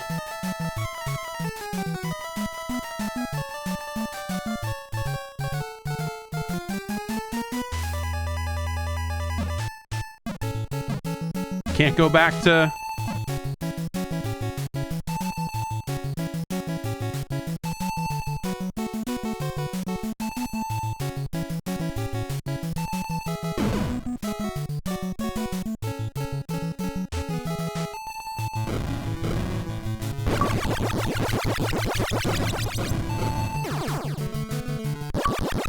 Weird.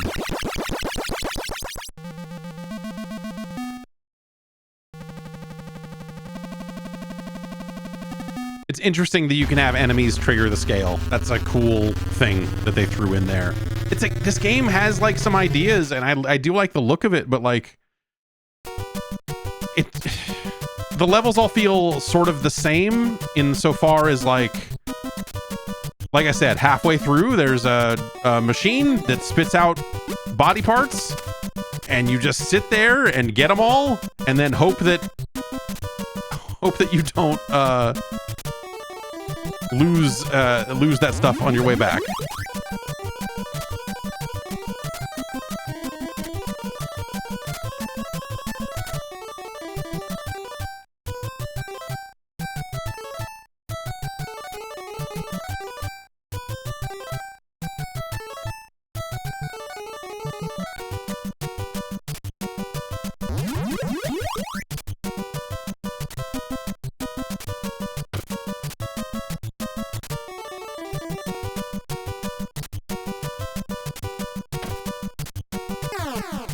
Oh, I picked up a thing that messed up my controls, and now the game is over.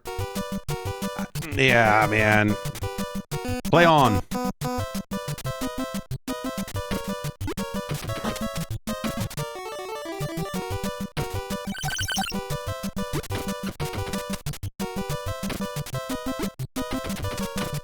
But yeah, it's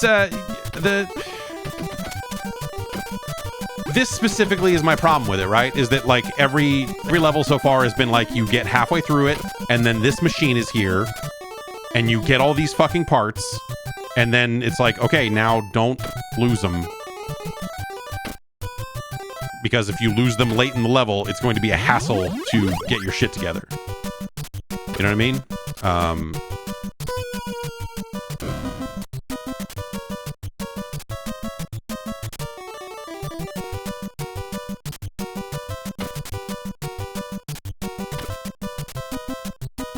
Oh, cool. What a cool thing to have a control reversey thing right there after you get off the thing. That's innovative, I believe is the word.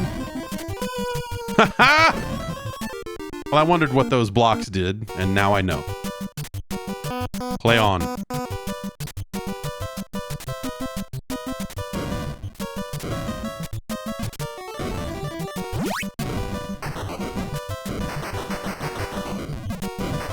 I do like licking this foot, though. I'd really like licking the foot.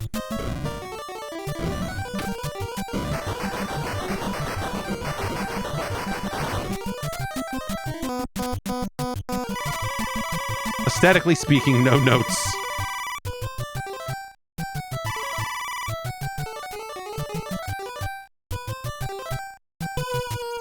Oh. Okay. So I have to jump every time.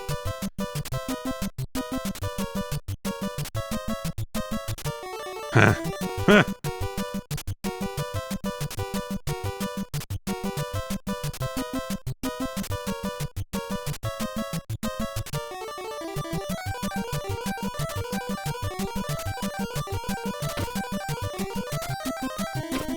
No one wants this.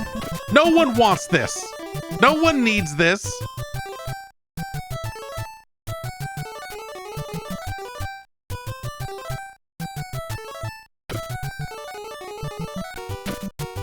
And they put a control reverse thing on when you land. And so if you keep holding up, you immediately die. Like, absolute assholes. Some real peckers designing levels in this video game.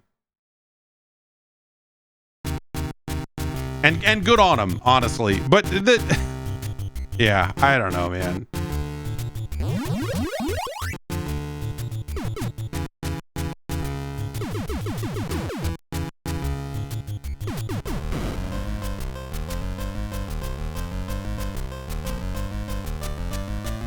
Oops. Well, I boned that up.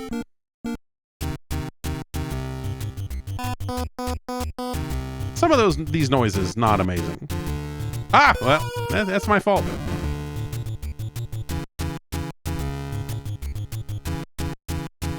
I like the willingness they have, or the trust they put in the player, which today I feel like you would not design a game this way. But the trust they have in the player to have these corner jumps very early in the game. I feel like something about today's player would maybe not immediately realize they could do that. And so that would be like something you would save for the back third of the game or something. And those guys don't stun when you... Oh my god.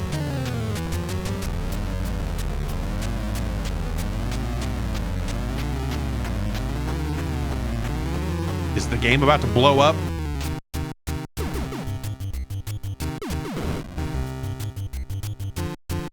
Oh yeah, I guess yeah. The British the corner jump's very common in 8-bit micro isometric platformers. So yeah, all you ZX Spectrum weirdos, this is probably like the greatest game ever made, huh? Because it's performant in a way that those Spectrum games never were. You're like, this runs fast and it's... Look at it! And you still get to lick feet!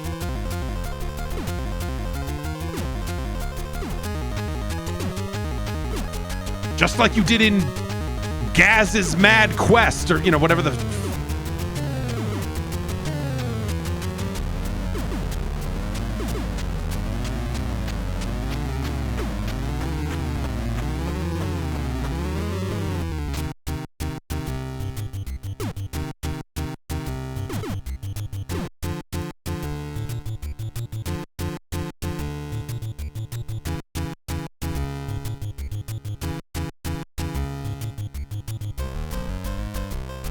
Like, look at this. Look at this setup. Okay, at least I could blow that one up.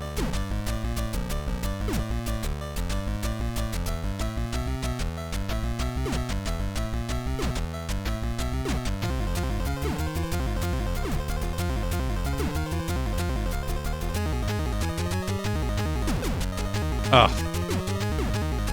Oh, I was jumping in.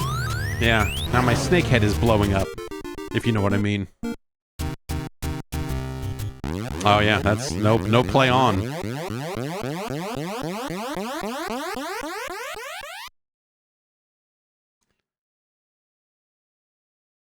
Interesting. There's like, you know, I mean, there's a documentary you could do that I'm sure that someone has done part of tracing the path of British, European and British, primarily British, I guess I would say, action game design that started, you know, back on the Spectrum, the BBC Micro, whatever the hell else. And how that style differed from the Japanese style of action game that was rising up at the same time, and arcade games that were happening at the same time, and how this particular flavor of game came to prominence in that region, and how, like, when it exports, I think when you lose that lineage, and I don't feel like I have that lineage. I feel like I have picked up aspects of it over the years just by virtue of playing a lot of video games.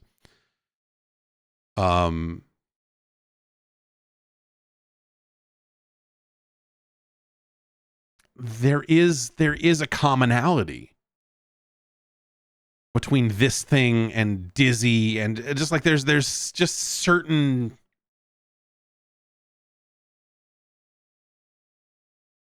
and Dizzy's not even an isometric, you know, but like there's something about this style.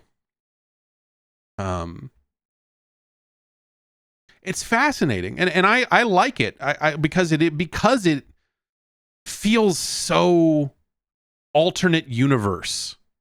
You know what I mean? Like a lot of those games feel like they dropped, like, and they did. You know, they came from a totally different lineage, totally different set of inspirations that led to these games being developed, like totally outside of Japanese action game design and platformers and such computer games that were happening in the United States and vice versa. You know, there's just such a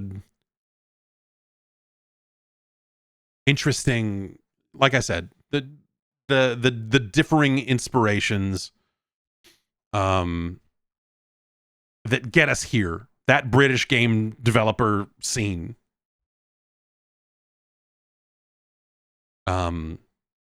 Yes, the foot. I mean, yeah, the foot, the very Monty Python kind of foot game. And you're right. Pippity Pop in the chat also says that, yeah, the Monty Python game was terrible. Yeah, the Monty Python game is really bad. It's a really bad game. It's unfortunate, but it is quite bad.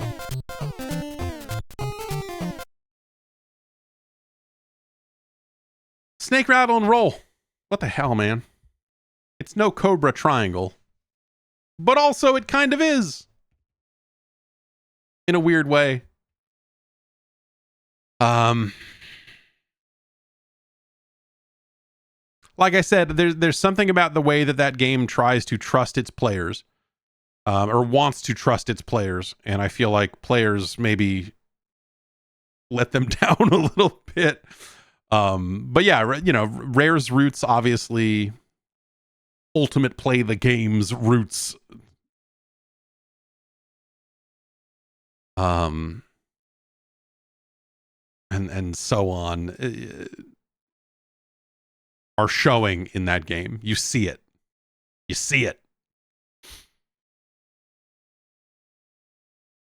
But in terms of just, like, you know, I think my problem again is with the core conceit of you need to get X number of body parts to the end of the level to get on the scale to open the door. And that's cool, but the way that they kind of like the way you get those body parts is not exciting or varied, at least in ways that it seems like it could be, where they just have, here's a machine in the middle of the level, and if you get boned later on, you either go back to that machine, or, you know, sometimes there's hidden warps or hidden stuff later on that you can kind of get to solve that problem. That's not that fun to do. The backtracking, the like walking on eggshells for the second half of the level because you know that it's going to be a pain in the ass. More than an exciting challenge, it's a pain in the ass if you get hit too many times. And I think that's kind of its downfall ultimately. It's not like, oh, it's difficult or all whatever, you know, like the different aspects of the combat and whatever else. I think that stuff's generally fine.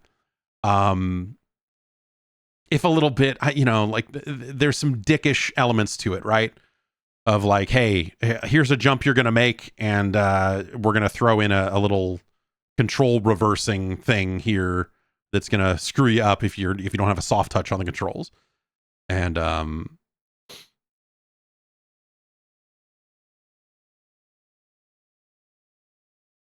yeah, it's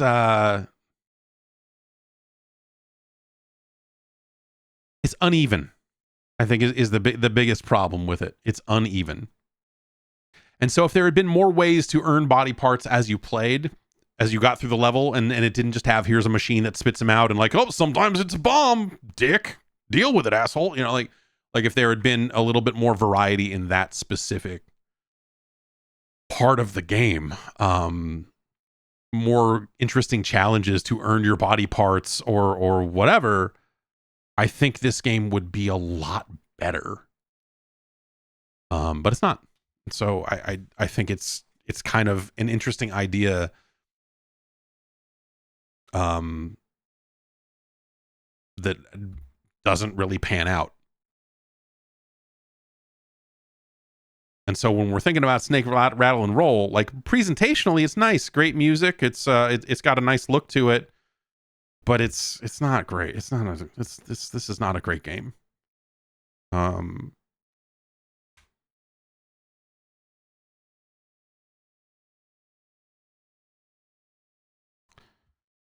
It is it's better than Nightshade.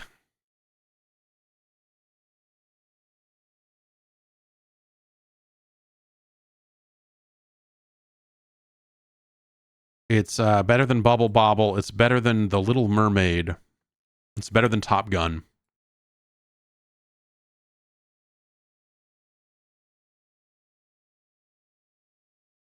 Is it better or worse than Wizards and Warriors? There's, I mean, obviously a similarity there, but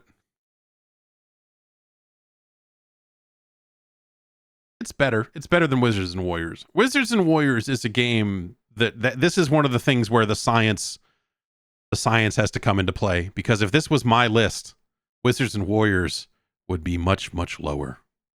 But scientifically speaking, this is where Wizards and Warriors goes.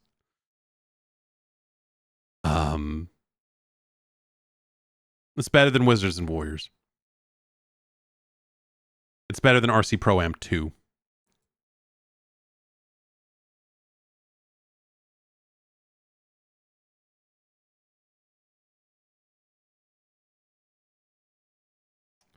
It's better than Bases Loaded. It's better than that surprisingly decent port of Road Blasters. It's better than the Bugs Bunny Crazy Castle. It's better than Crazy Creatures.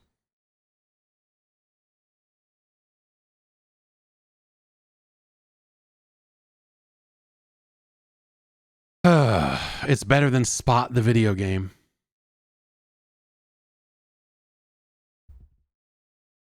Is it better or worse than Low G Man, the Low Gravity Man? That's an interesting question.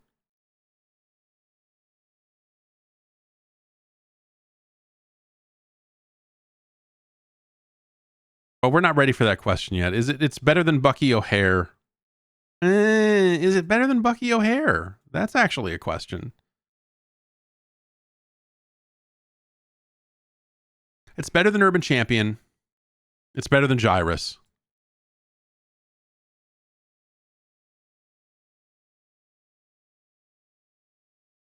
And that's where it stops. Bucky O'Hare is a better game.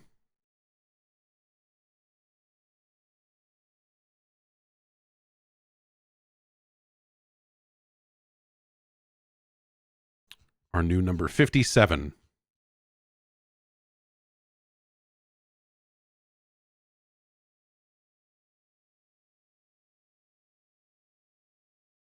And for whatever reason, sometimes it just refuses to copy and paste. This I feel like this problem is happening more now. I don't know, but there you have it. There you have it. There you have it. Go lick some feet. You know, hey, it's the weekend.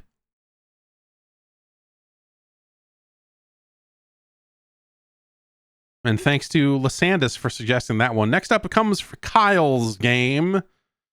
Kyle's suggestion. Which this is another thing that I had no idea existed. The name is totally foreign to me. And also apparently this is a port of a game I am aware of, but well, look, let's just get into it.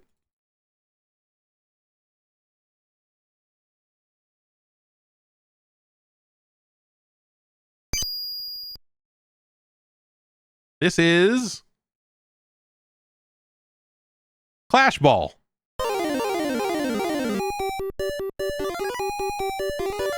$1991.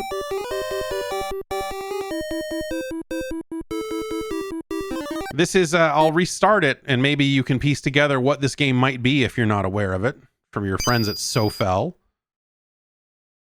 Oh, it's from the Bitmap Brothers. And it's a game with a ball. What do you think this might be?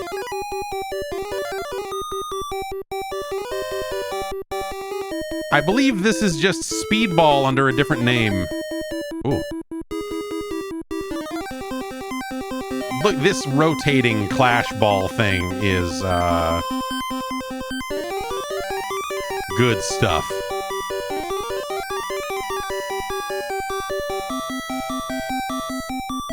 Instructions. Control.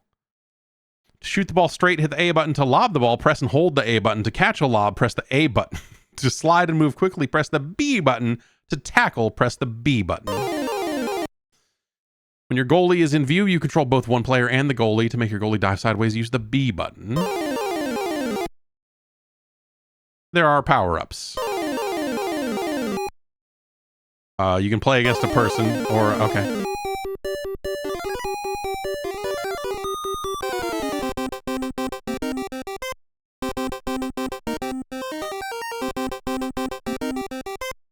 These guys have twice as much power.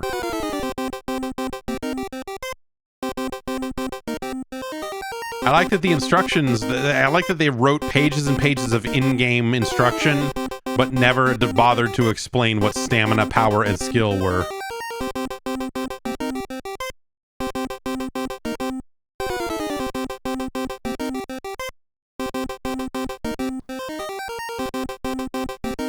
Oh, let's try them, I guess. Get 2 crowns.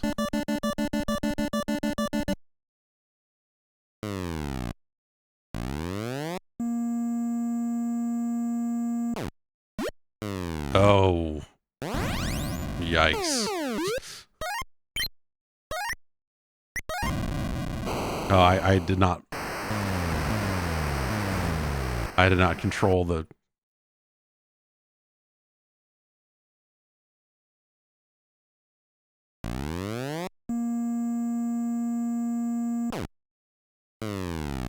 All right, we're walking up field here. We're going to shoot.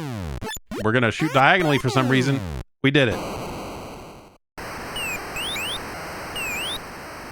This is a stuttery, flickery, terrible mess.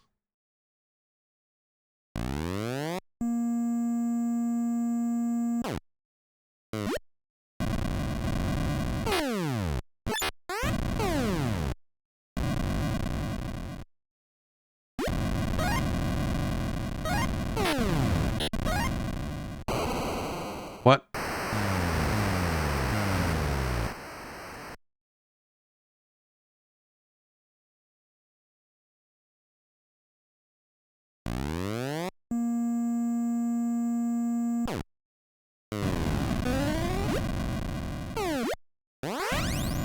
tackled that fucker.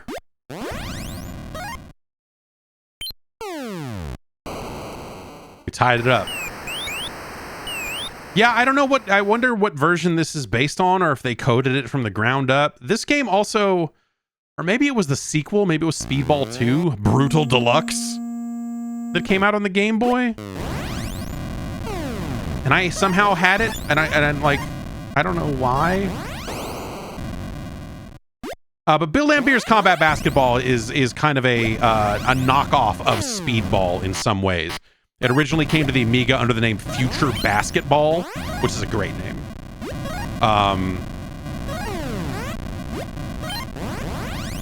What a fucking shit show.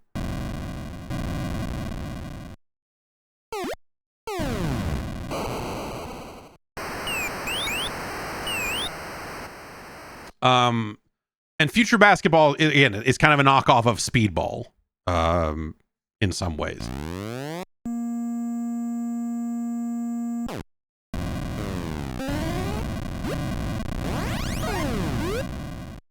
Oh, okay, yeah. Well, I screwed that up. This feels bad. It's a skittery, just not a...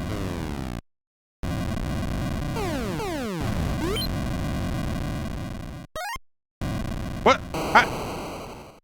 Their goalie scored.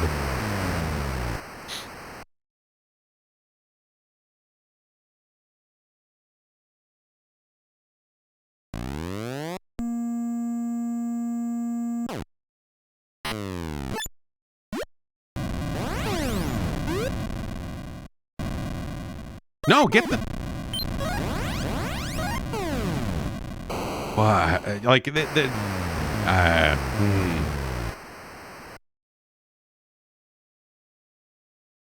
This is rough, man.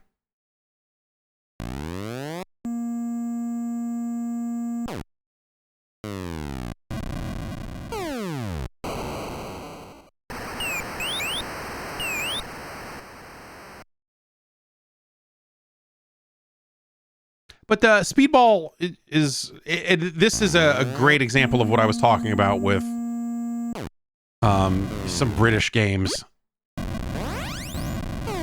In some circles, Speedball, and by circles I mean some nations, some parts of the world, Speedball is considered like an amazing, legendary, and this is a bad version of it, to be fair. So, you know, don't base your entire Speedball knowledge off of this. But Speedball is something of a revered video game. And it's something I never, like, I will never understand why people like Speedball or Speedball 2. I feel incapable of understanding why people would like this or Brutal Deluxe.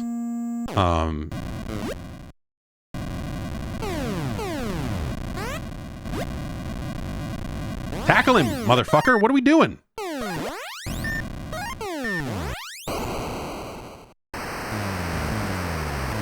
Pulling your putt out there when you should be getting the goddamn ball.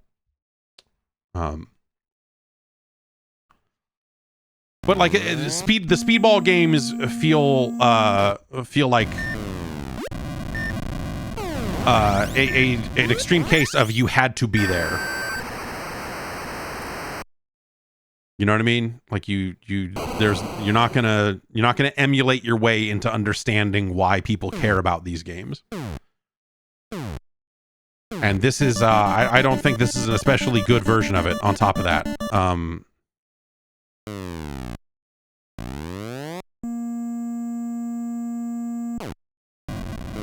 so did we switch sides? No.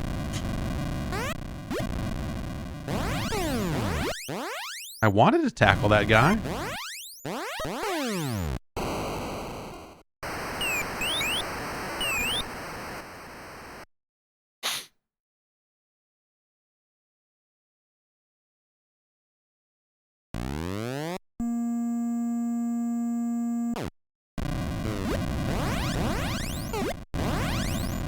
Tackle that guy. What are we doing? Hey! Tackle these fuckers. What? Let me pick the player that is near the action. How about? Oh, I got a freaking skull.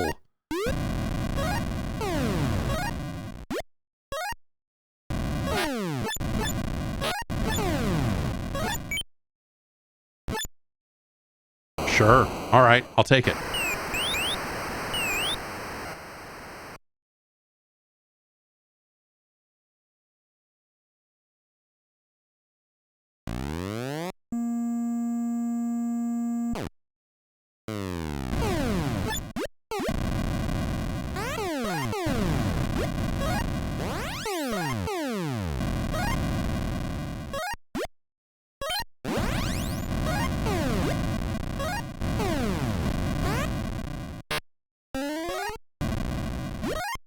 Tackle that fuckface.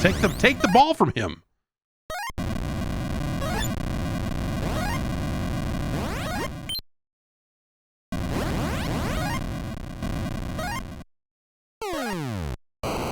Ugh.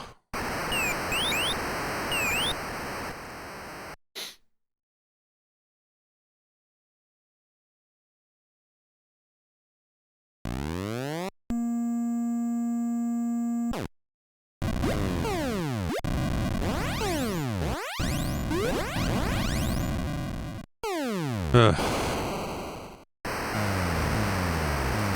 This feels miserable. This is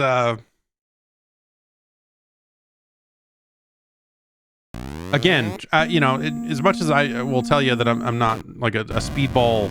I'm not into speedballs.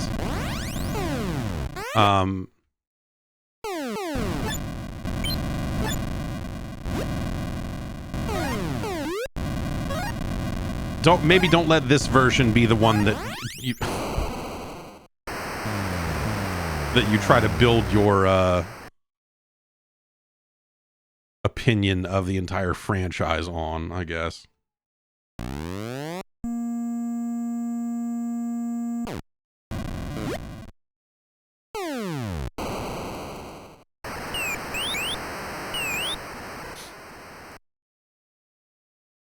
Man.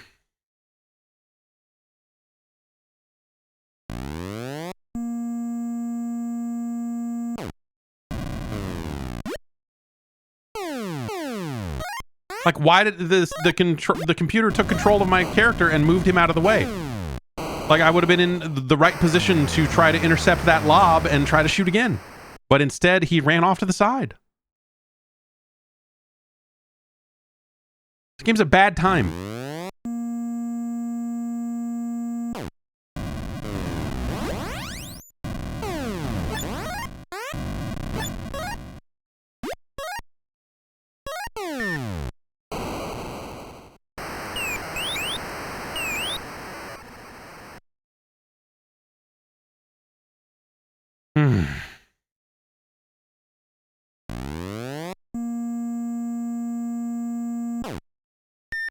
I think it's weird that this game came out on the NES.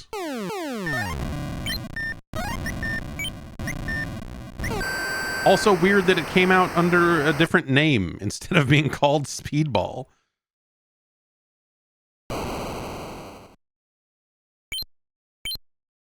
Bonus coins. Oh yeah, let's extend the time. Keep going. Yeah, let's make it longer.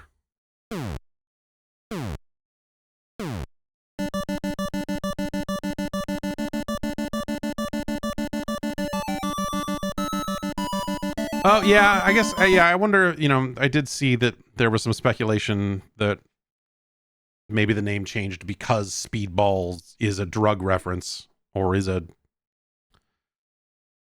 You can do some speedballs. You can do, I mean, if that was the reason, but that maybe Nintendo stepped in and said, "You can't call it that. Klash Ball sucks.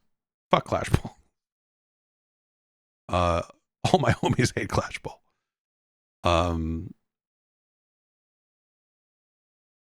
Well, it's worse than Snake Rattle and Roll. Not a lot of feet licking going on in there, for one. No, seriously, that's a bad, like the movement, the control, the audio. all pretty bad. The movement and everything feels like it's like skipping frames. It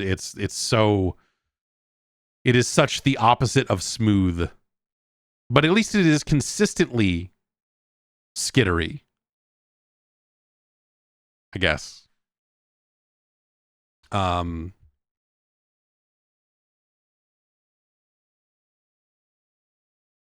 Man, where does that end up? I mean, it's really pretty crappy. It's worse than Fester's Quest. You know, it's worse than MagMax.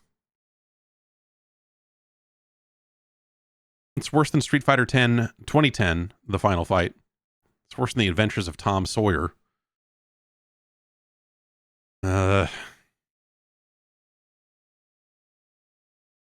It's worse than Defenders of Dynatron City. It's like kind of in league with Jordan versus Bird in that it's like a shit port of a computer game. But it's worse than that. It's worse than WWF WrestleMania. Wow, we found ourselves near the bottom of the list pretty fucking fast here, huh? It's worse than Skate or Die 2.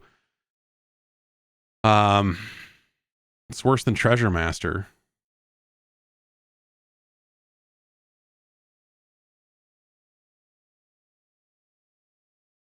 God damn, man. Yeah, I guess. Yeah. Okay. Yes. It's worse than The Simpsons Bart versus the Space Mutants. Gosh. We really cruised it down here, didn't we? I was not expecting Klash Ball to sink that low, but here we are. There's no scrolling left to scroll. Is it better than Master Chew and the Drunkard Hugh? Again, I got to separate myself from this because in my heart, I'm like, oh yeah, absolutely. Master Chew's a better game. But does the science say that? Yeah. Yes. Yes. Like the bad visibility on the field, bad feedback. It's a really shitty. It's really shitty. Klash Ball is really shitty. It's not as bad as Back to the Future. It's better than Chiller. It's better than Taboo, The Sixth Sense. But you'd be better off with a fucking weird bootleg copy of Master Chew and the Drunkard Hugh. Who? Hugh? Who? And as such, wow.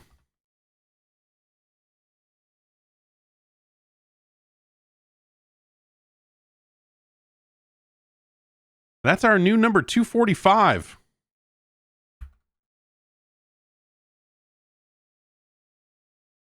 Klash Ball.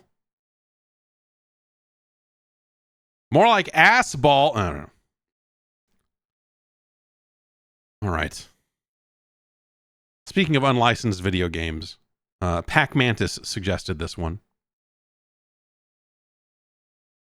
And it's a little outside the law.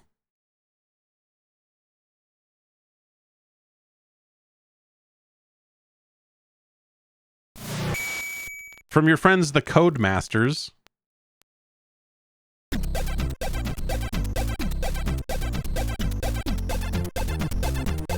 Comes B52. 52 different games about bees. No? That's a different 50? Okay.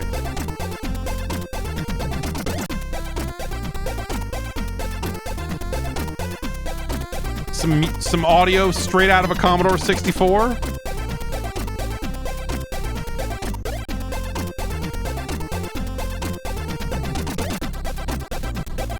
Before there was Buck Bumble, there was B52. Hey, you know, in terms of B games, title screen, like title screen and first level music, this is a solid number 2.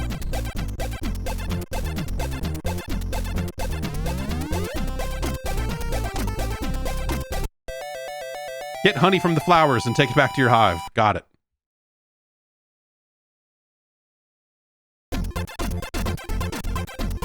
Sting the ants before they steal your honey.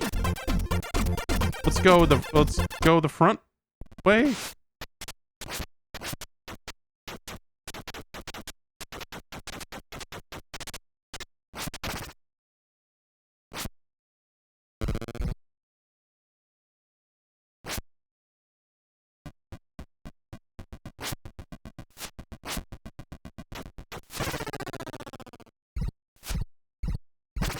fuck?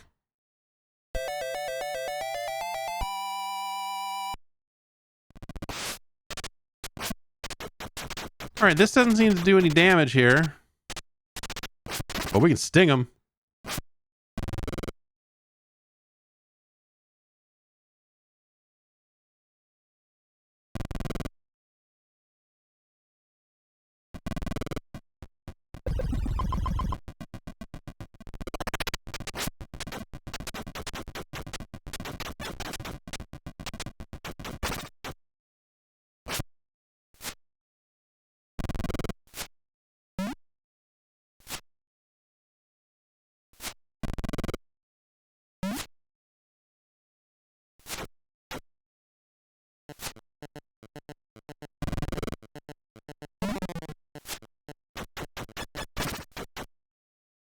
Okay, the honey is blinking. Does that mean I should go back?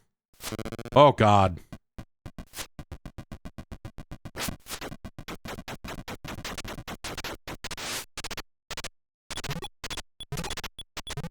Got it.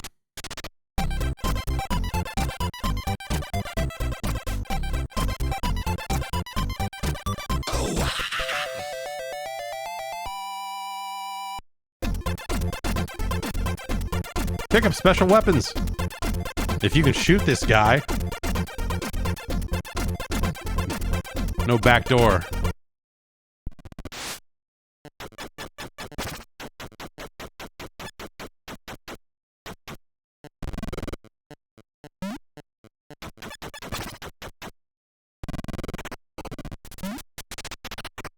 This game's like Choplifter.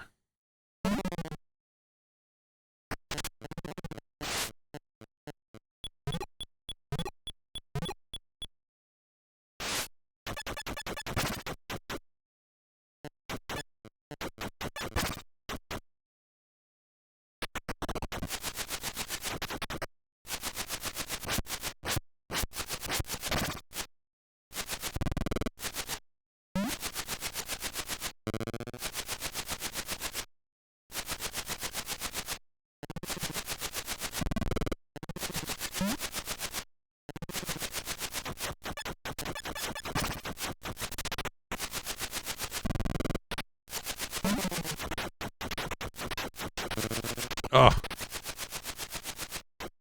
No, the stupid...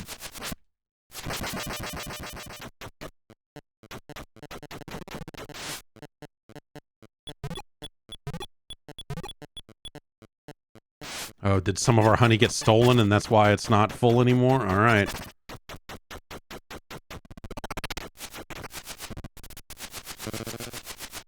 That's fucked up right there. The sprinkler knocked me into the spider.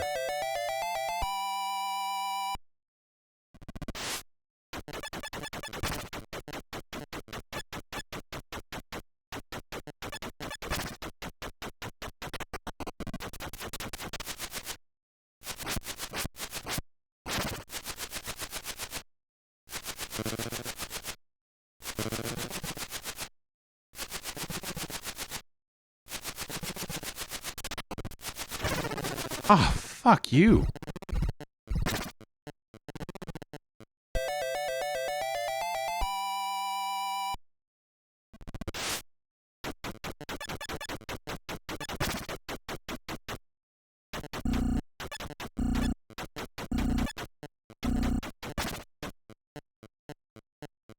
Well, I can't get it because... Yeah. Awesome.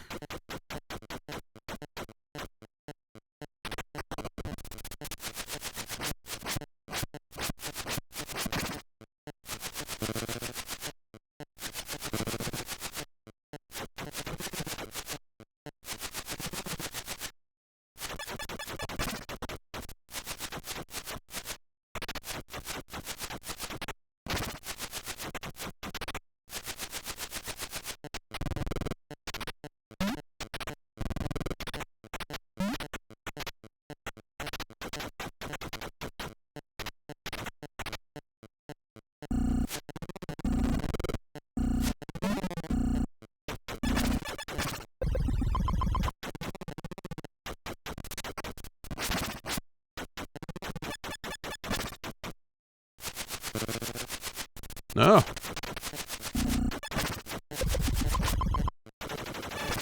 Oh, now we're shooting.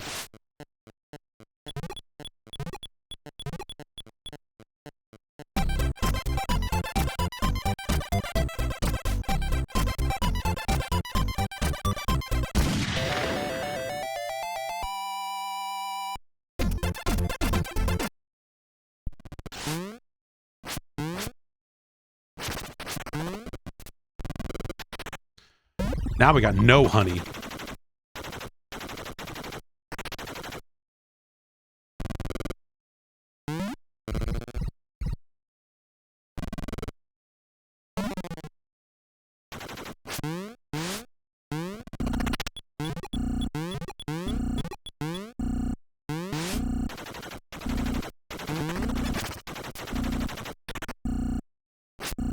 Like, I'll get stuck on this spider's...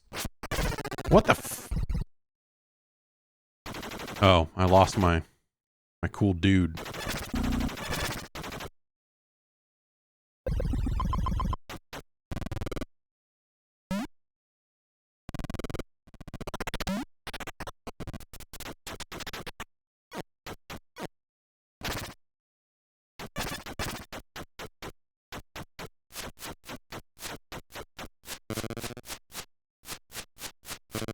Sprinkler is the deadliest enemy in the game.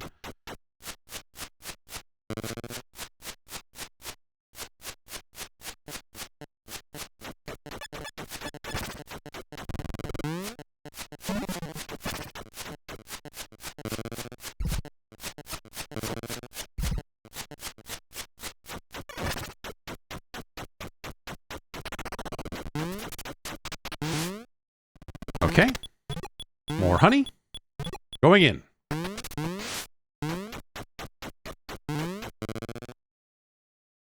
The bounce back on, like, some of these collisions is really annoying.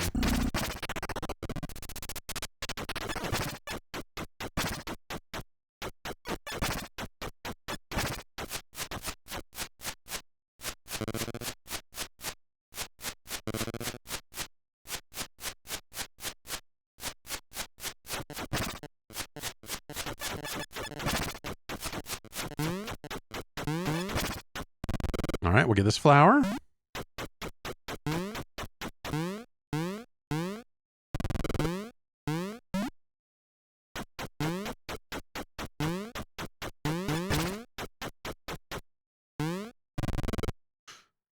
Okay, now, I mean, we should make sure that the blinking means, okay, yeah, I can't get any more.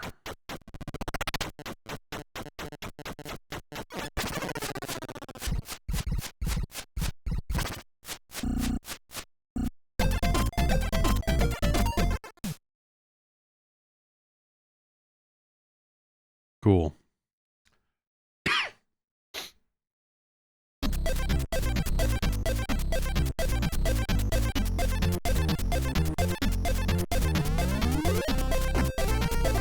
Fun music, you know, if you like the Commodore 64.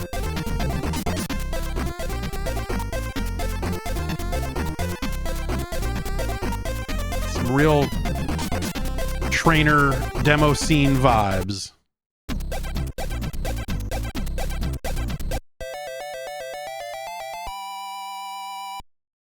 Let's take the back way this time. This bee goes in the back door. Oh, see, look at that. We're going the other way.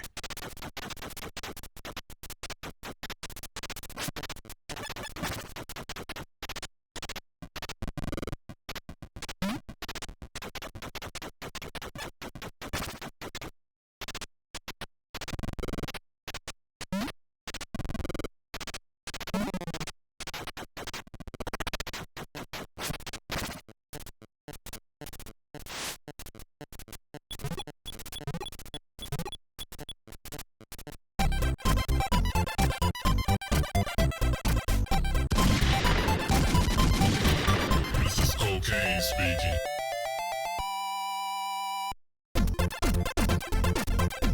So I guess once you pick backdoor, you gotta stick with the backdoor.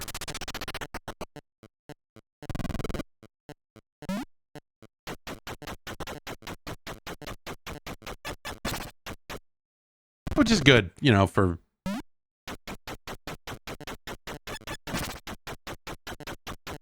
sanitary reasons. Ugh.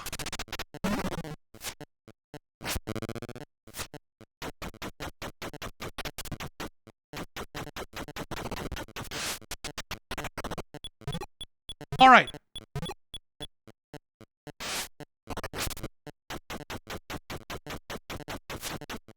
This is not fun. This is the movement's okay.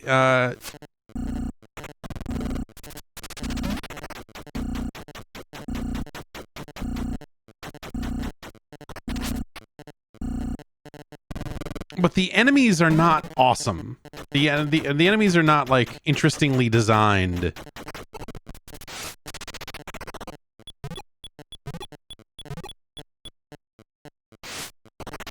Did that ant just steal my shit? Oh.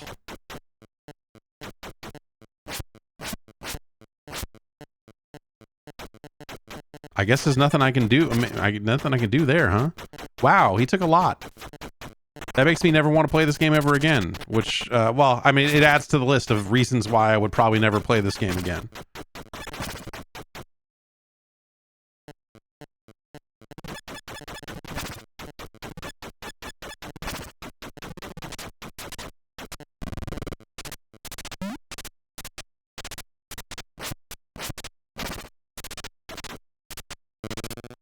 Oh, those bounces off the flowers are also really annoying, too.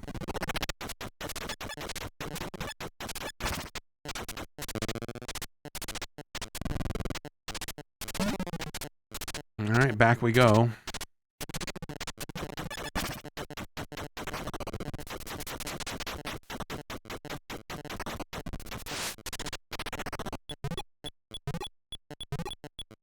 Let's see if oh, okay, sure. That's enough, I guess. P52. That's enough, I guess. Ah, so, grasshopper. See, that's funny, right?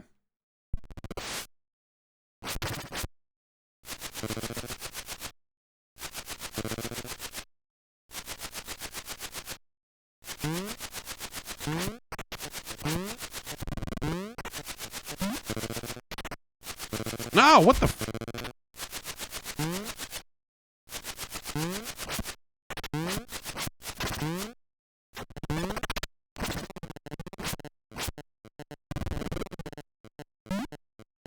But your main attack doesn't feel very powerful, and then also the sting is weird, like the range on it, or the hitbox on it rather, just doesn't feel.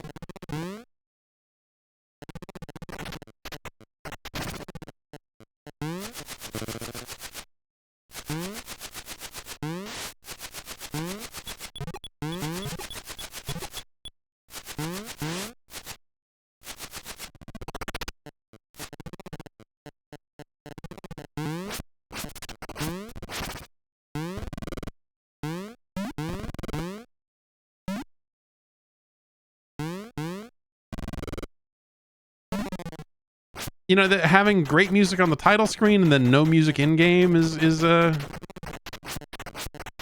kind of not great either, I suppose. These sprinklers, real pain in the ass. Good, good.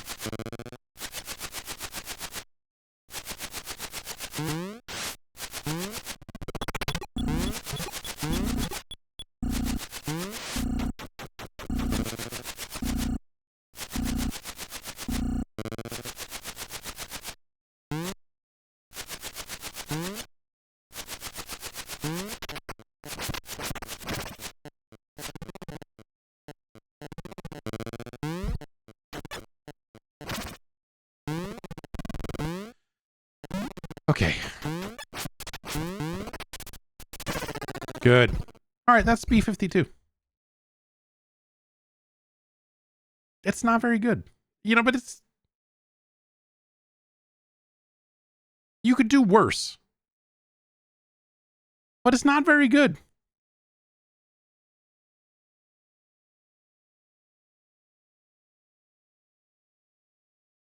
It's better than Defenders of Dynatron City. It's not better than Mickey Mousecapade. It's better than Star Wars. It's better than Ghoul School. Okay. Yeah.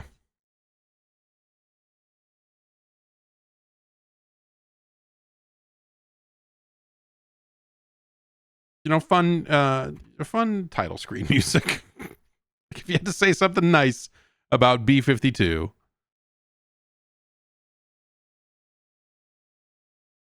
Is it at least it's got that? It's our new number 207. Wow. Let's see if we can get one more in here. Chubbigans suggested this one. And, well, keep this train going for a second week here, I suppose. Is this the right... Is there a...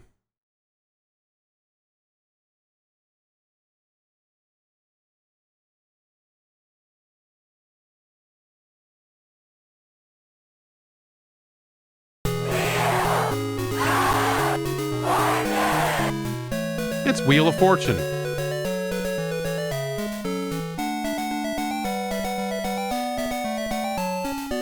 Based on the television program. This is also rare, right? This is, yeah. So we did Jeopardy last week, and now here we are again.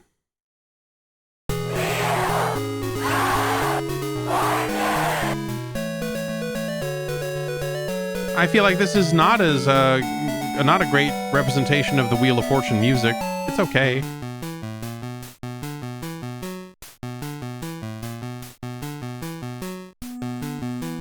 Get ready to play Wheel of Fortune. That's a very rare little noise right there. Spin it hard.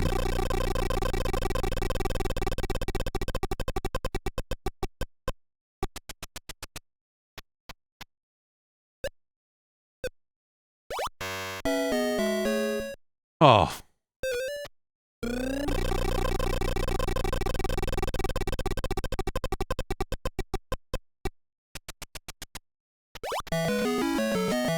Well, fuck you, Paul.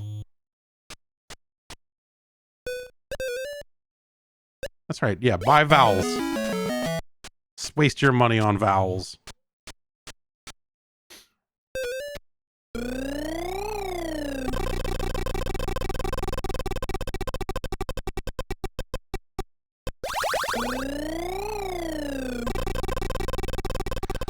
I'd like to solve the puzzle. Hehehe. Yep.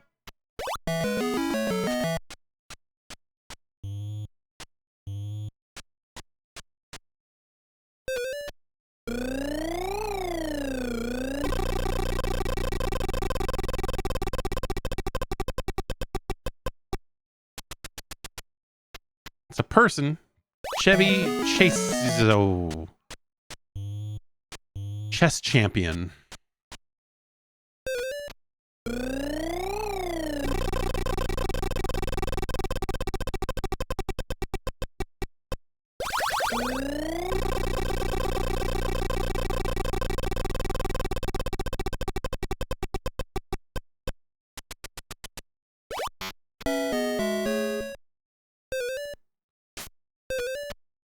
Let's see what Joe gets done here.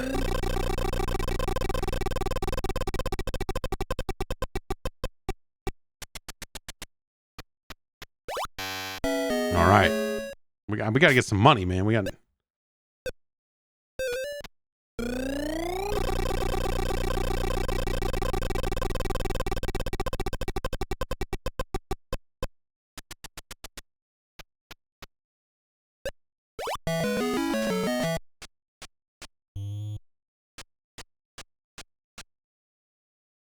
Let's spin one more.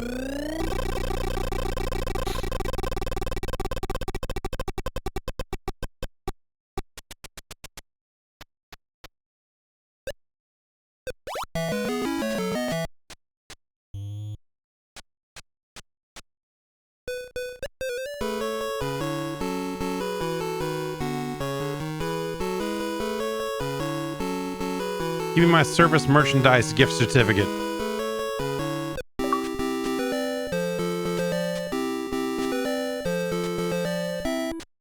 That's not the Wheel of Fortune music.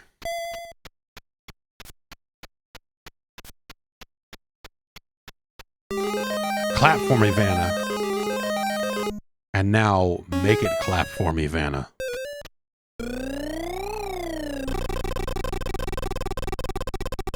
No? Okay, well.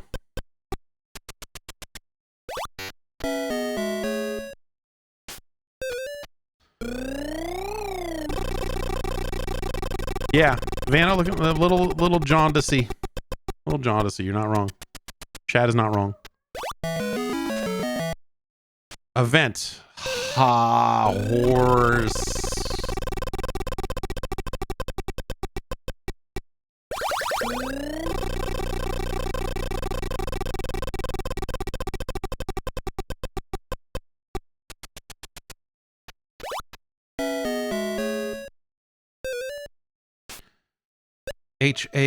Hallow. No. Too many letters for Halloween.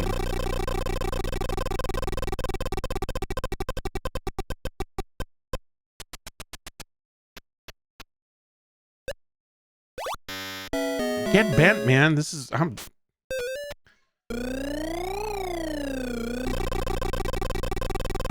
letter frequency table doing me dirty.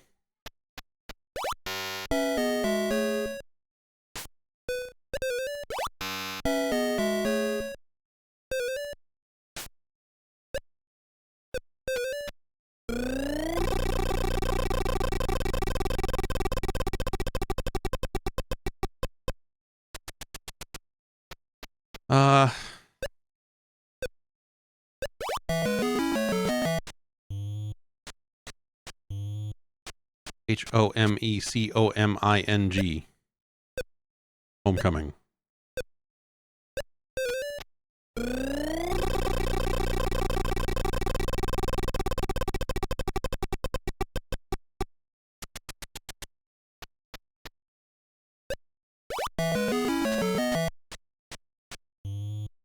I could milk 2 more letters out of this, but let's just... before something bad happens on the wheel.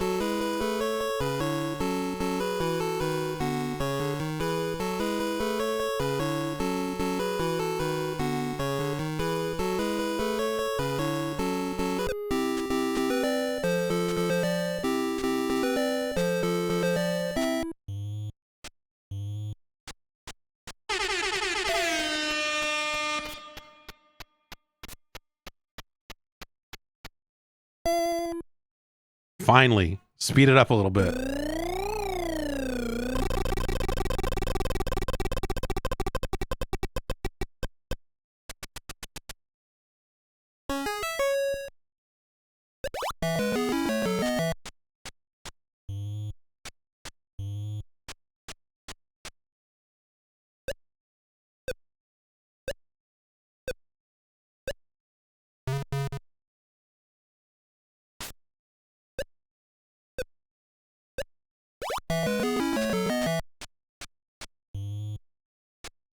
Have a sting.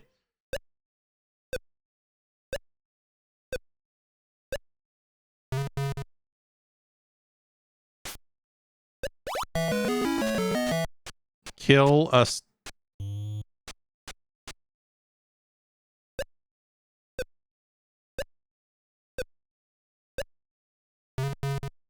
Kiss a...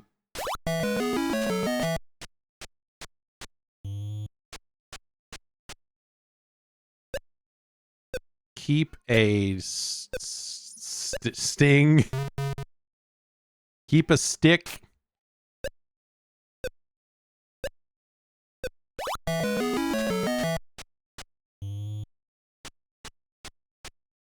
Water him.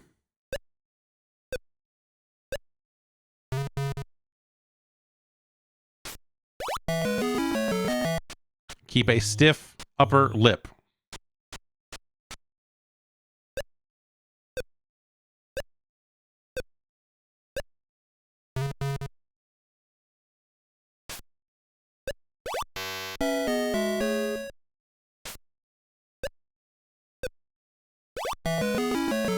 Yeah, give me that P.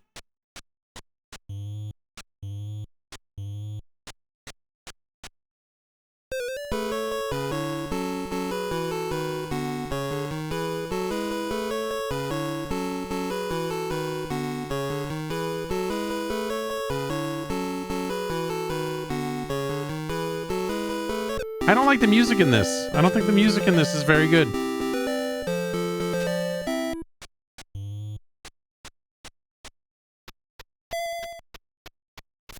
Like, there's music inside of the television show that they probably could have used. All right, do we want the sports car?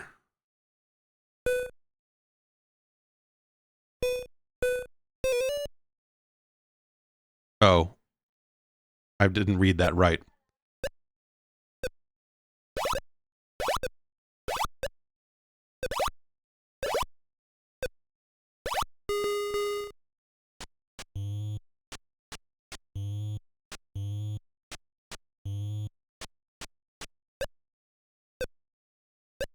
Oh.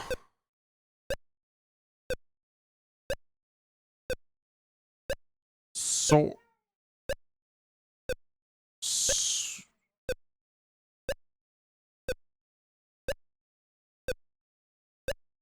Spartacus? Should we try Spartacus? I don't... Sure.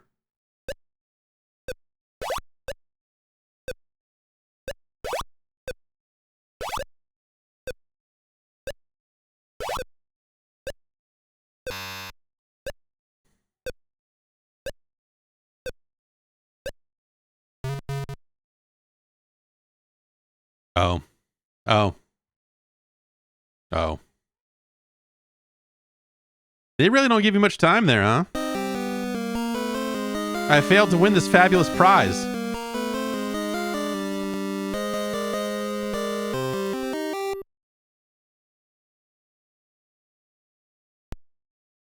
And then right back to the front, huh? All right. All right, Wheel of Fortune. Yeah, I don't... That's, it's cool that it's got them shouting Wheel of Fortune like they do on the television show, but it's a bad representation of the Wheel of Fortune theme, and then the music inside the game is not great either. I feel like Rare did better work with Jeopardy by kind of a lot.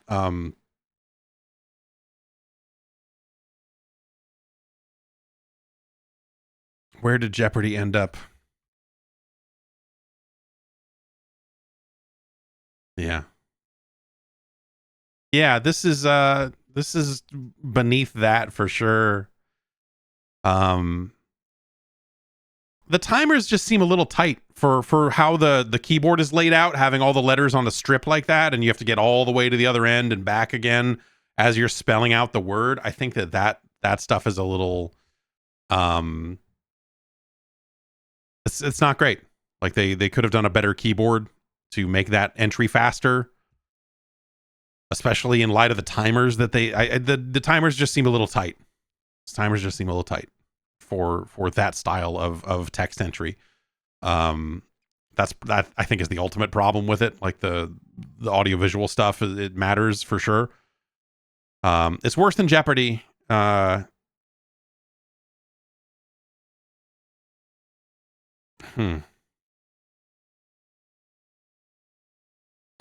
It's worse than Jeopardy. It's not a great Vanna White.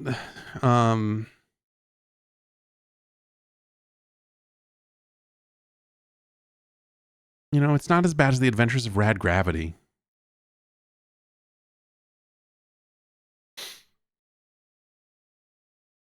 It's worse than Robo Warrior.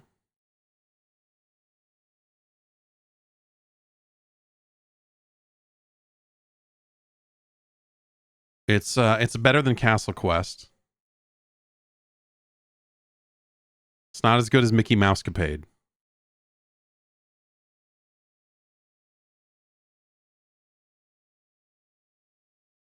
It's better than Pinball Quest. It's better than Star Wars.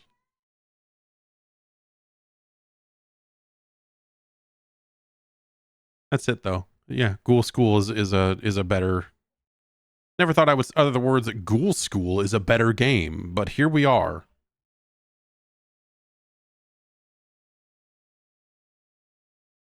Man. Some solid picks that I'm definitely excited that we got on the list, but at the same time, not a ton of high-ranking games this time out, huh? Wheel of Fortune's our new number 209, and that brings us to 256 games on the list. Not every day that we get to debate whether a game is better or worse than Master Chew and the Drunkard Hugh, but Klash Ball brought us there. And the Simpsons, man. I'm glad to get the Simpsons out of the way. That was so behind the scenes, I have a list of games. I have a list of all the first party published games that we haven't done yet, and I have a list of all the games that I went through the list and said, like, these are big games that could be like the anchor for an episode. Like, this is a known game, good or bad. This is a game that would be like meaningful. The people go like, oh, I played that, you know? And that fucking Simpsons game was definitely on that list. But I already knew that game was not great. But it was nice to replay it, and nice to see the second level and get a good read on just how not great it is. True garbage, that Simpsons game. And what else? Oh, man, the rest of the games have been a blur. MagMax, fine. Yeah, not great. Snake, Rattle, and Roll. I see, like, there's some type of person that's going to absolutely love Snake, Rattle, and Roll, and I've heard from them a handful of times as we've been going on, because it has been one of the more suggested games, for sure. And yeah, it's got some ideas, and that's cool. Klash Ball, hot one, because that was nice, because it was like, I didn't even know that existed. B-52 I had heard of, but never. I don't know that I had ever played that. And then Wheel of Fortune. Wheel of Fortune was disappointing. That maybe is the one that like kind of bucked expectations a little bit. That I figured, you know, Jeopardy was not great, but like you could play it. Wheel is a little bit less so, I guess, just in terms of how they structured it. That's gonna do it for this time. That's gonna do it for episode 38. As I mentioned earlier in the week, I don't know when this is going to happen. This could be something that live streams tonight, or maybe over the weekend or something. Just kind of depends. Like, the kids are done being sick for the most part. The baby is still kind of getting over it. Well, my son is a snotty mess, but he's fine. And so it's been we've been kind of through the ringer a little bit this week, but when I'm confident that the nights are going to be calm, I intend to do another side episode with a game that I know is going to take a long time, and that game is Action 52. So I think hopefully before we get to next Friday's episode of this, we will have done a separate kind of side episode to rank Action 52, and maybe for fun, all of the games inside of Action 52 as a little side list. That might be fun. But yes, I don't have a firm schedule for that, but ideally, before we reconvene next Friday, we will get Action 52 in for sure. So, yeah, yes. Until we meet again, you can head over to 8bitnintendo.science if you want to see the full list of ranked games. And of course, the Patreon. Hit up the Patreon, patreon.com/Jeff Gerstmann. Thanks everyone for your support in keeping the train rolling, moving forward, keeping this disaster focused. If you're not currently a member, you can sign up for free over at Patreon, and there's some occasional free posts that you get that way as well. But yeah, you know, hey, check out the tiers if you're into that sort of thing. Sign on up, head on over to the Discord. You can engage the community in discussing the finer points of B-52. But yeah, I'm gonna head out. Have a good one, and I will see you Tuesday for the podcast. Take care. Bye.